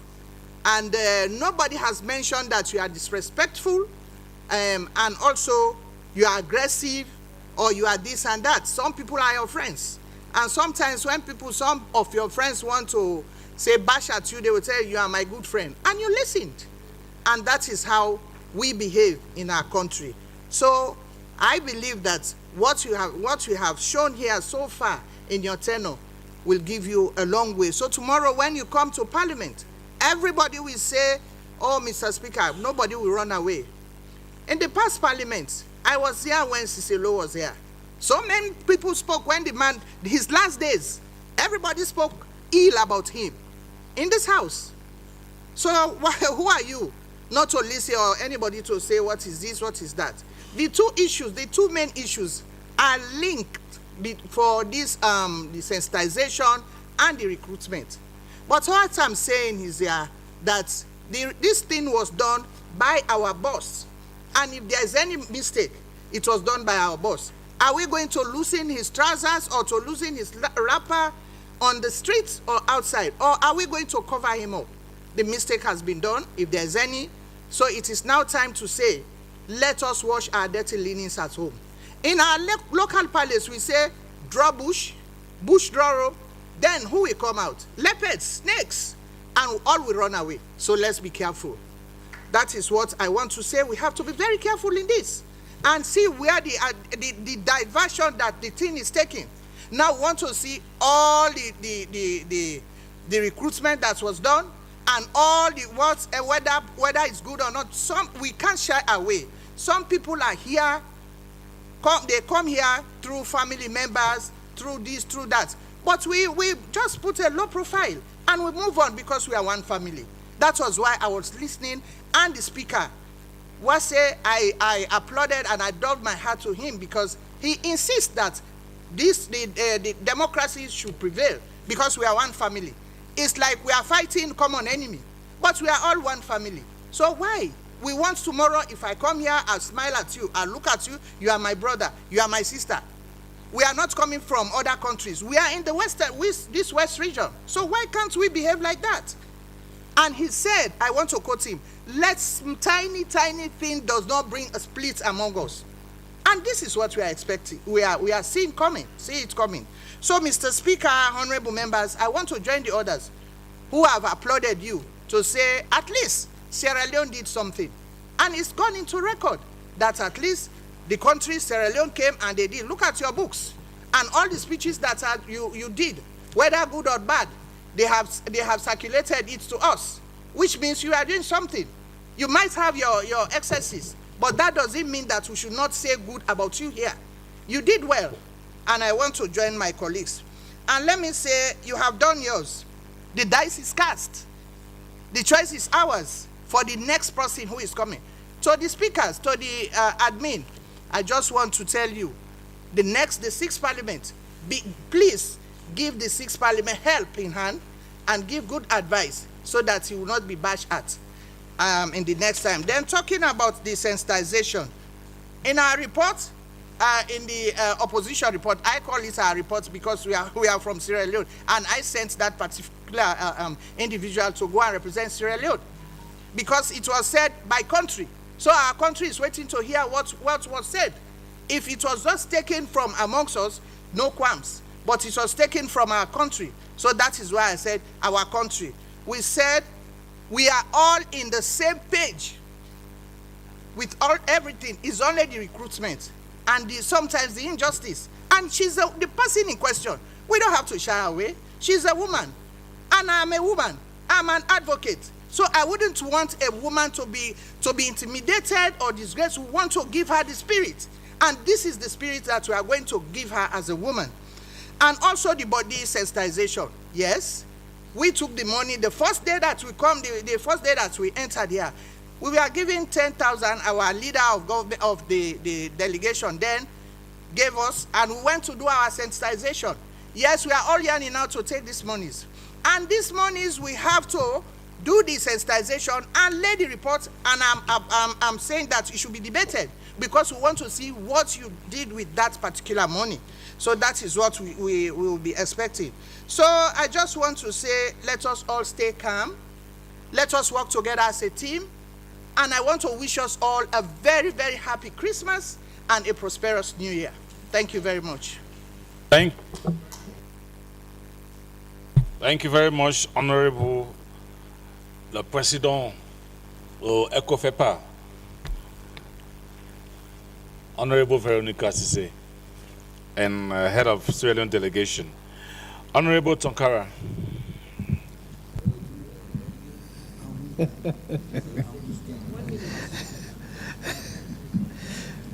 Thank you very much, Honorable Speaker, for giving me the floor. Honorable Speaker, before going further, allow me to register my disappointment in the manner in which parliamentarian has turned the raison d'etat behind today's engagement.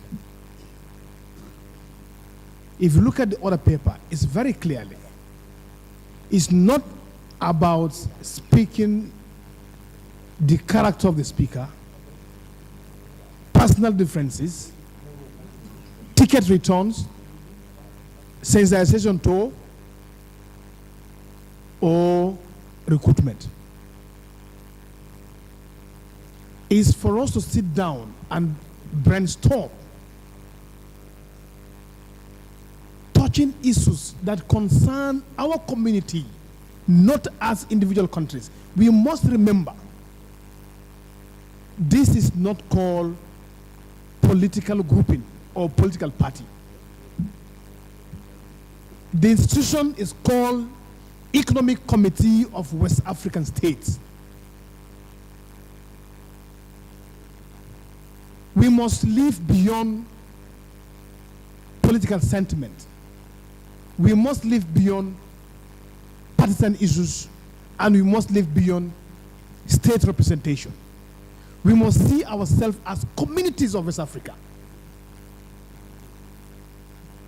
The dream of the founding fathers is how do we try to bring people together to live as a community. That is why the new adage is called ECOWAS of people. We are moving from ECOWAS of states to ECOWAS of people. It calls for sense of belonging and to be more reasoning rather than debating what has the issue of sensitization got to do with our community. What has issue of ticket reform got to do with our electorate? What has issue of recruitment got to do with this discussion? But the onus also lies on the speaker to change the trajectory that this discussion must be centered on issues, matters of importance. But there's a common saying: the foundation of defined odds is refusing to be defined by society and working your own paths. If you define odds, it's by you refusing to be defined by society and taking your own path. Next time, let the parliamentary division, the SD, we must guide it by procedures, we must guide it by rules and regulation. We must look at, identify topical issues. Issues of terrorism is affecting the sub-region. Issues of migration. 2 days ago, there was a presentation here, seeing our youth, how they are migrating. What are the impacts politically, economically, and socially? Issue of unconstitutional change of government. These are the things that need to be discussed for the benefit of our electorate, for the benefit of the community of ECOWAS. Not to bring state sentiments, not to judge people, not to bring personal grievances. But onus lies on you to stop those things from the onset. But prison has been set. Many people have told that direction, but it's always not too late for us to recall that the matter before us here is not to discuss about state, it's not to discuss about sentiment, it's not to discuss about partisan issues. It's for us to discuss issues affecting our member states. Objection, Mr. Speaker. Honorable Speaker, I haven't said that. Objection, Mr. Speaker.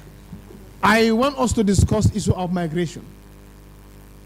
Honorable Speaker, it was this parliament where we lose a lot of people, able men and women. What are we doing as a parliament to make sure that the youth have a future? Every country, be it Nigeria, be it Gambia, be it Senegal, 60% of each population are the cream of the youth who are the cream of society. What are we doing to make sure that the youth don't migrate? They should believe in ourselves, create job opportunities, create avenues for investors to invest. We must try to save the future for the youth. As a youth representative, it's important to speak up loudly in this August Assembly to make sure that the plight of youth is heard, or plight of youth is put into consideration. So we call upon various head of state and head of authority, making sure that to go back to that various countries or go back to the drawing table to make sure that issue of youth are addressed. Honorable Speaker, I haven't said that we need to also talk about issue of terrorism. If you look at the 4x4 strategic plan of the ECOWAS Commission, headed by the President, security is of paramount importance. And these are affecting our community in terms of integration, in terms of stability, and in terms of development as well. So, Honorable Speaker, it's very important for this Parliament to add its voice to the ECOWAS Commission. This issue of insecurity, this issue of insurgencies, destabilizing our development, destabilizing our country's peace must be discussed. And we must stand to make sure that we add to our government to fight with them, making sure that there is no safe haven for terrorists and also for issue of insurgency in our countries. Honorable Speaker, any peaceful nation you see, the governed are eyeing up to the governors. When the leader respects and becomes tolerant, the subject follows suit. So it's by no mistake that people are hailing Gambia.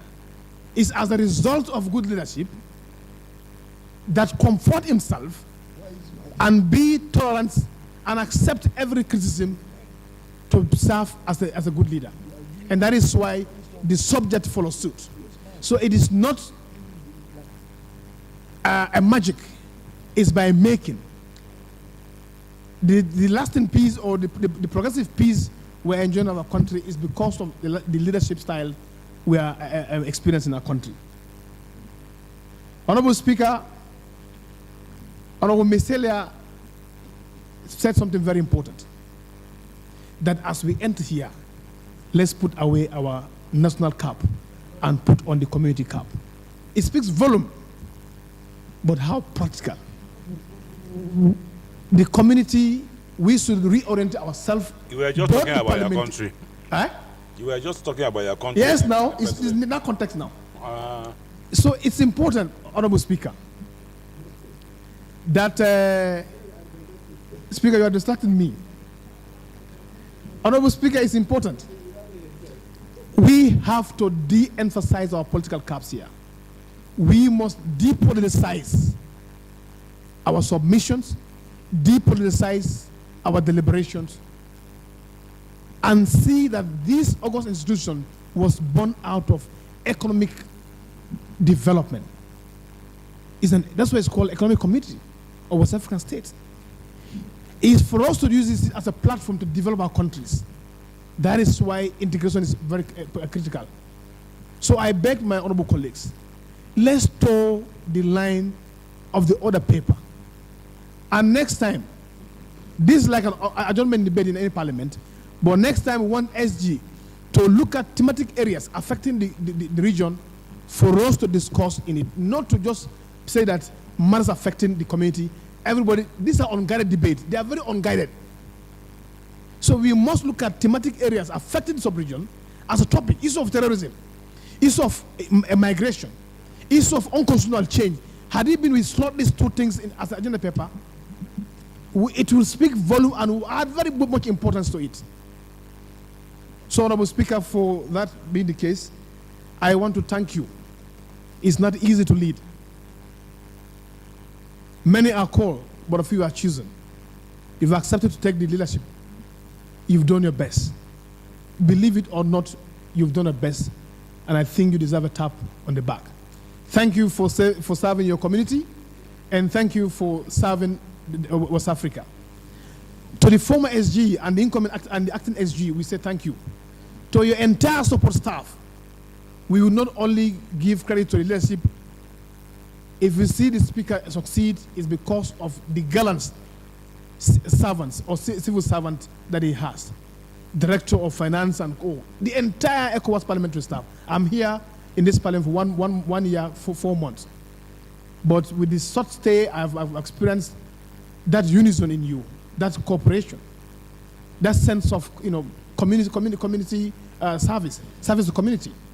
So we want to thank the entire staff of ECOWAS Parliament for guiding us and taking us through and helping us to conduct our work for the purpose of efficiency and effectiveness. We say thank you to all of them. But I will reserve the commendation when we get to Banjul proper. Thank you very much. Thank you very much, Honorable Tonkara. Honorable Famanta Njai.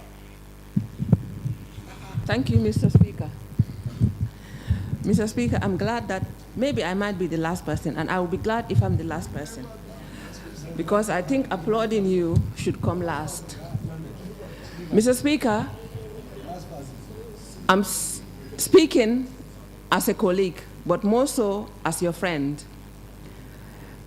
We've always had discussions about things that have gone wrong, and we discuss them, and we make sure that we correct them. I think that is what friends should do. Mr. Speaker, the greatest stick that you have done and the biggest legacy that you leave is empowering ECOFEPA, and I will applaud you 1,000,000 times for that. Mr. Speaker, I've been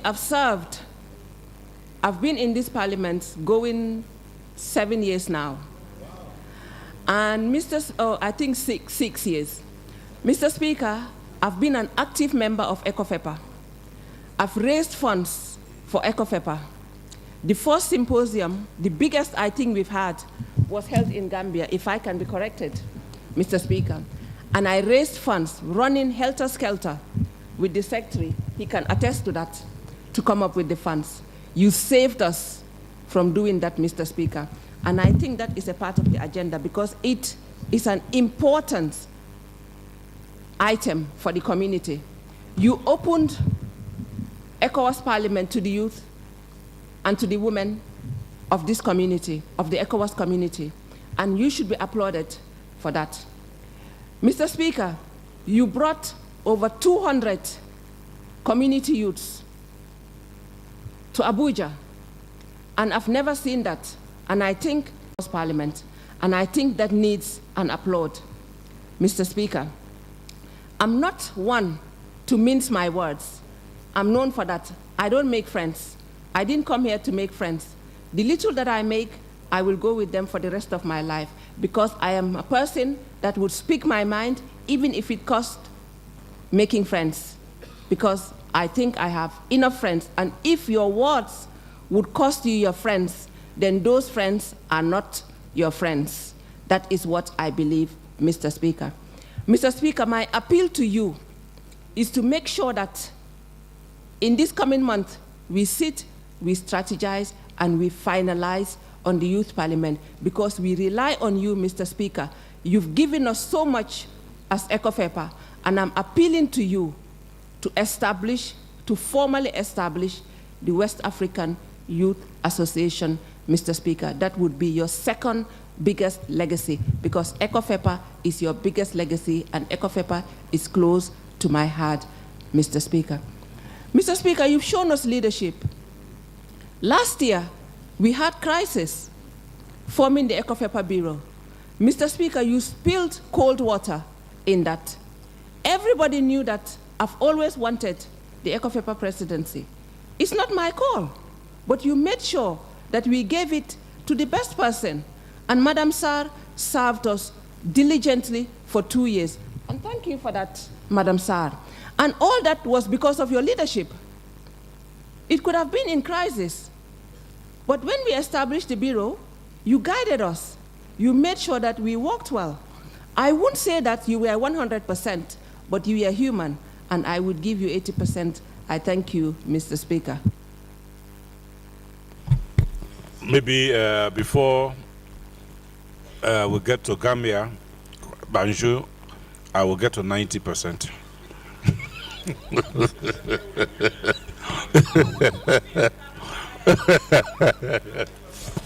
Okay. You know, I hope what we have heard here today, I see how Honorable Bamidele, I'll come to you. I hope what we have heard here today, all the accolades, all the criticisms, I hope it's just a starter. You know, the actual launch will be in Banjul. Or the actual, how do you call it? After the starter, which one is? The main course. I hope the main course will be in Banjul. So here is just a small exercise for Banjul. But I'm sure I've did very well for you people. I've done very well for this parliament. I'm not campaigning, no, but I have done extremely well. So I've made my own very little mistakes. But even, to be very honest, on a very serious note, areas that I have been criticized for, like the ticketing, like the, I have no control. But I still take the responsibility. I still take the criticism. My own sister and my best friend, Ajaratu, and myself will always fight. We always criticize me. But we are very good friends. And nothing is going to spoil our friendship. She speaks her mind. In fact, she always told me that there are things that happen in this parliament.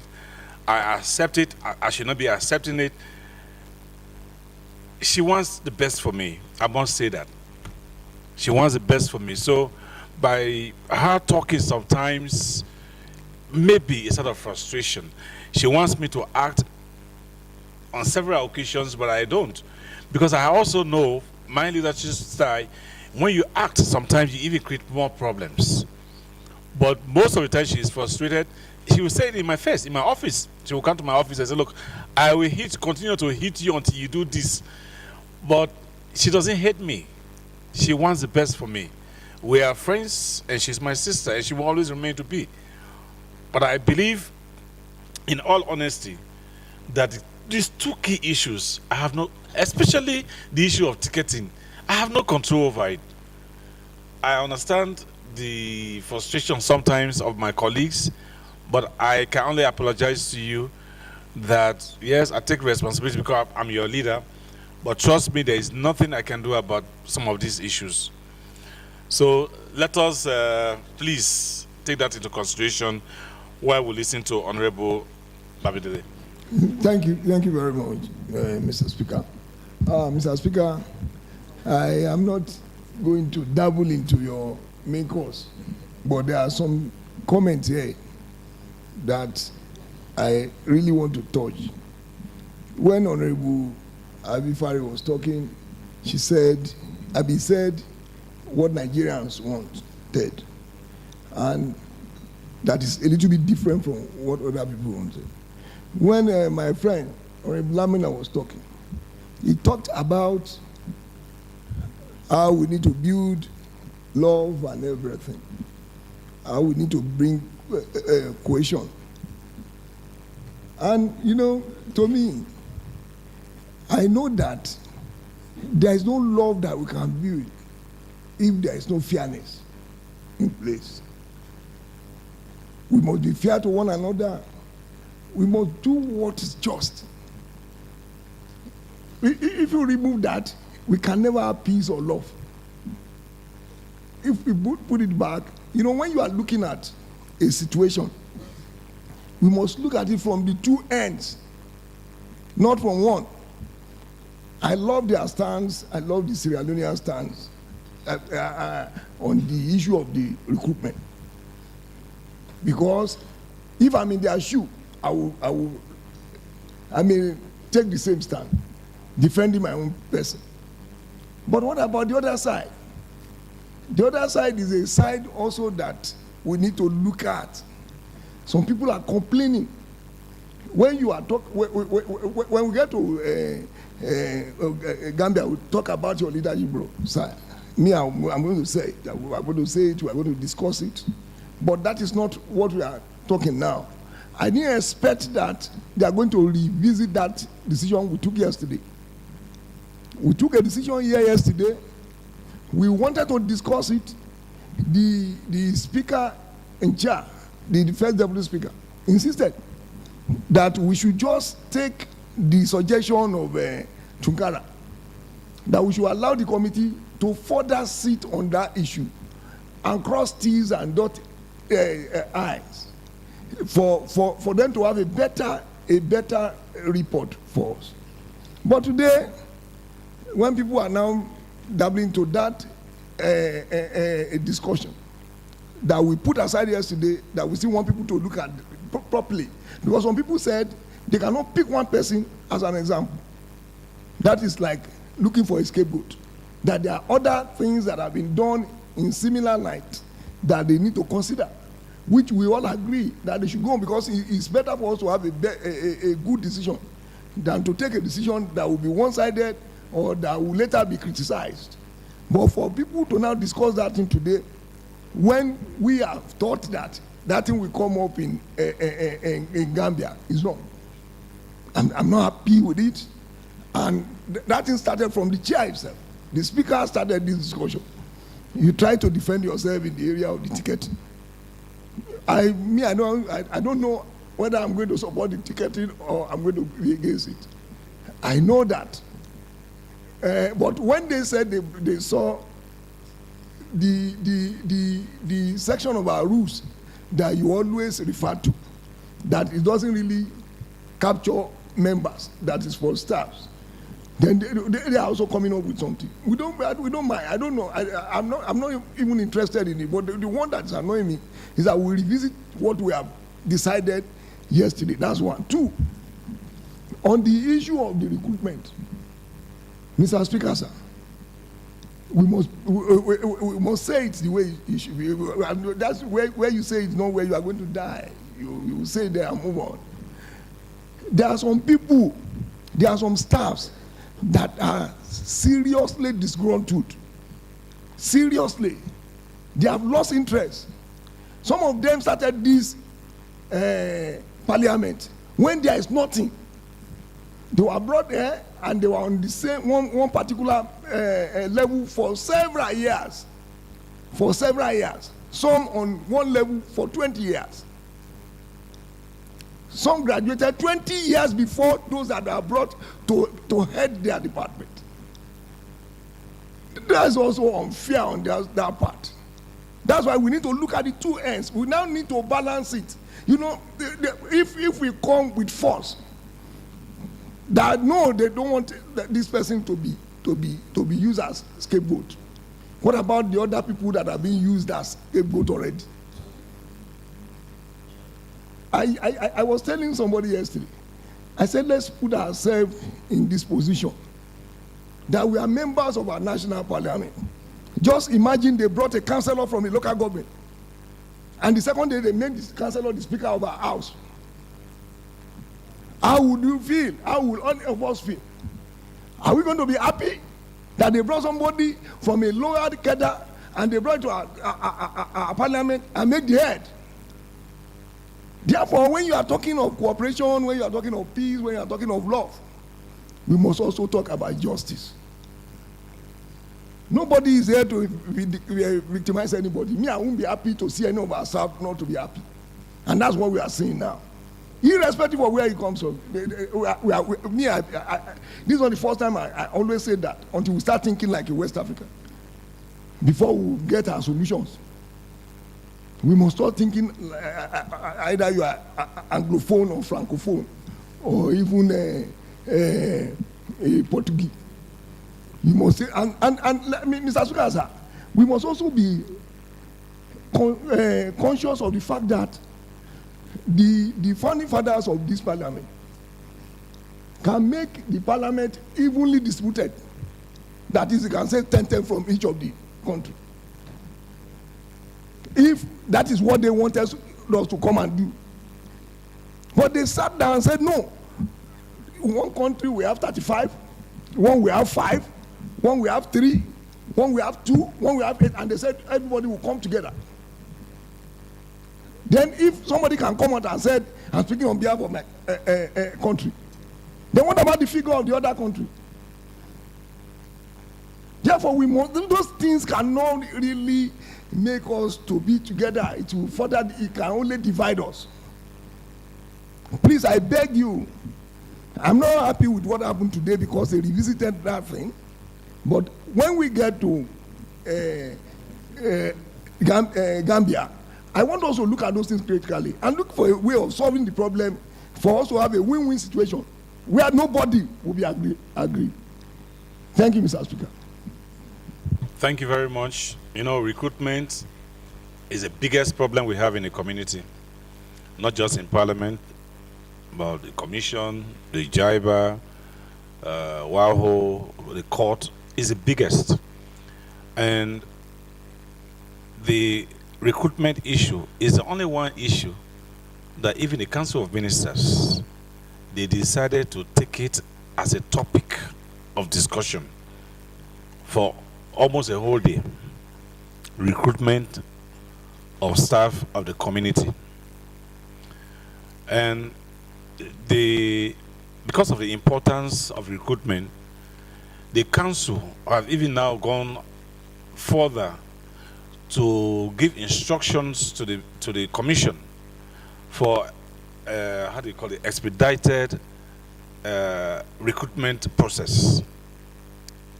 At the moment, we have almost 400 vacancies in the community. And I can tell you, the Management Succession Committee, the plan is for us to recruit at least up to 200 between now and March.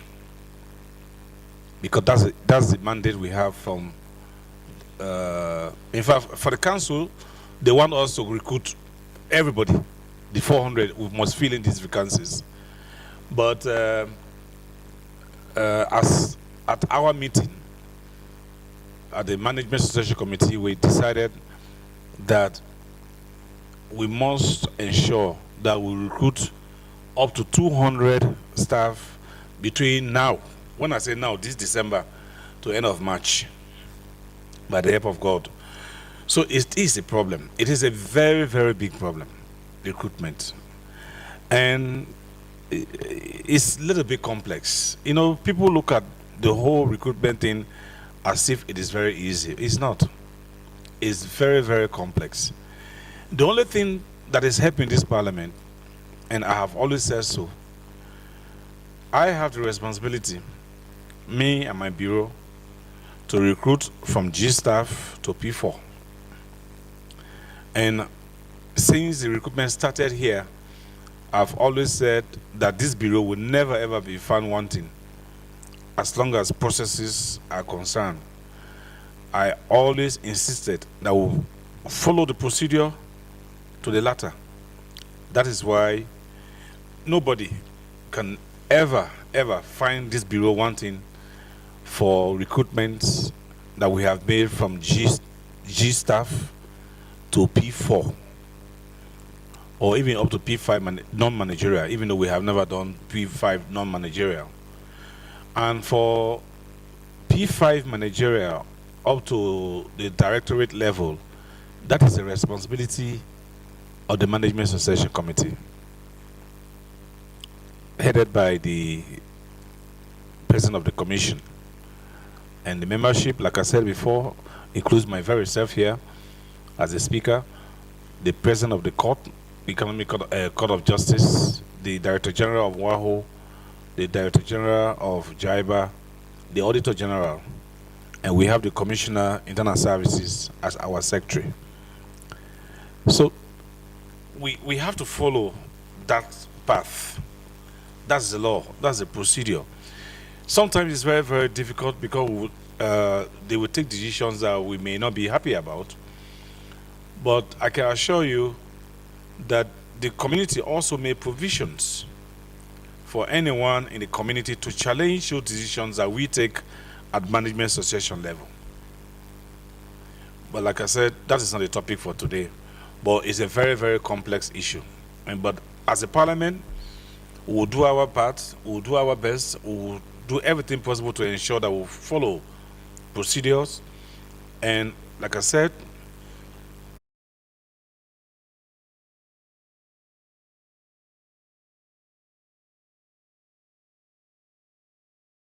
from the Council of Ministers. MSC is meeting in mid-January to look at several other appointments. Just last week, they say MSC met and we confirmed 28 members of staff ranging from P5 to D1, the director level, but most of them were P5 staff. We made those confirmations. The committee or the directorate of HR in the commission, they presented 32 names, but we confirmed 28. And I can assure you that we had full quorum. I was there as speaker. The president of the commission chaired the meeting. The Auditor General was there. The president of the court, the Director General WAHO and the president of the court joined via Zoom. So 5 out of 6 committee members were present. But like I said, with this committee that we have just set up, the committee that we just set up had a very specific mandate of looking at the response of the president of the commission. That was their mandate.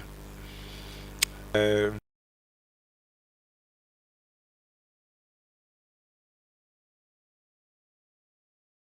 entire recruitment process at the parliament, from G to P5, the entire process.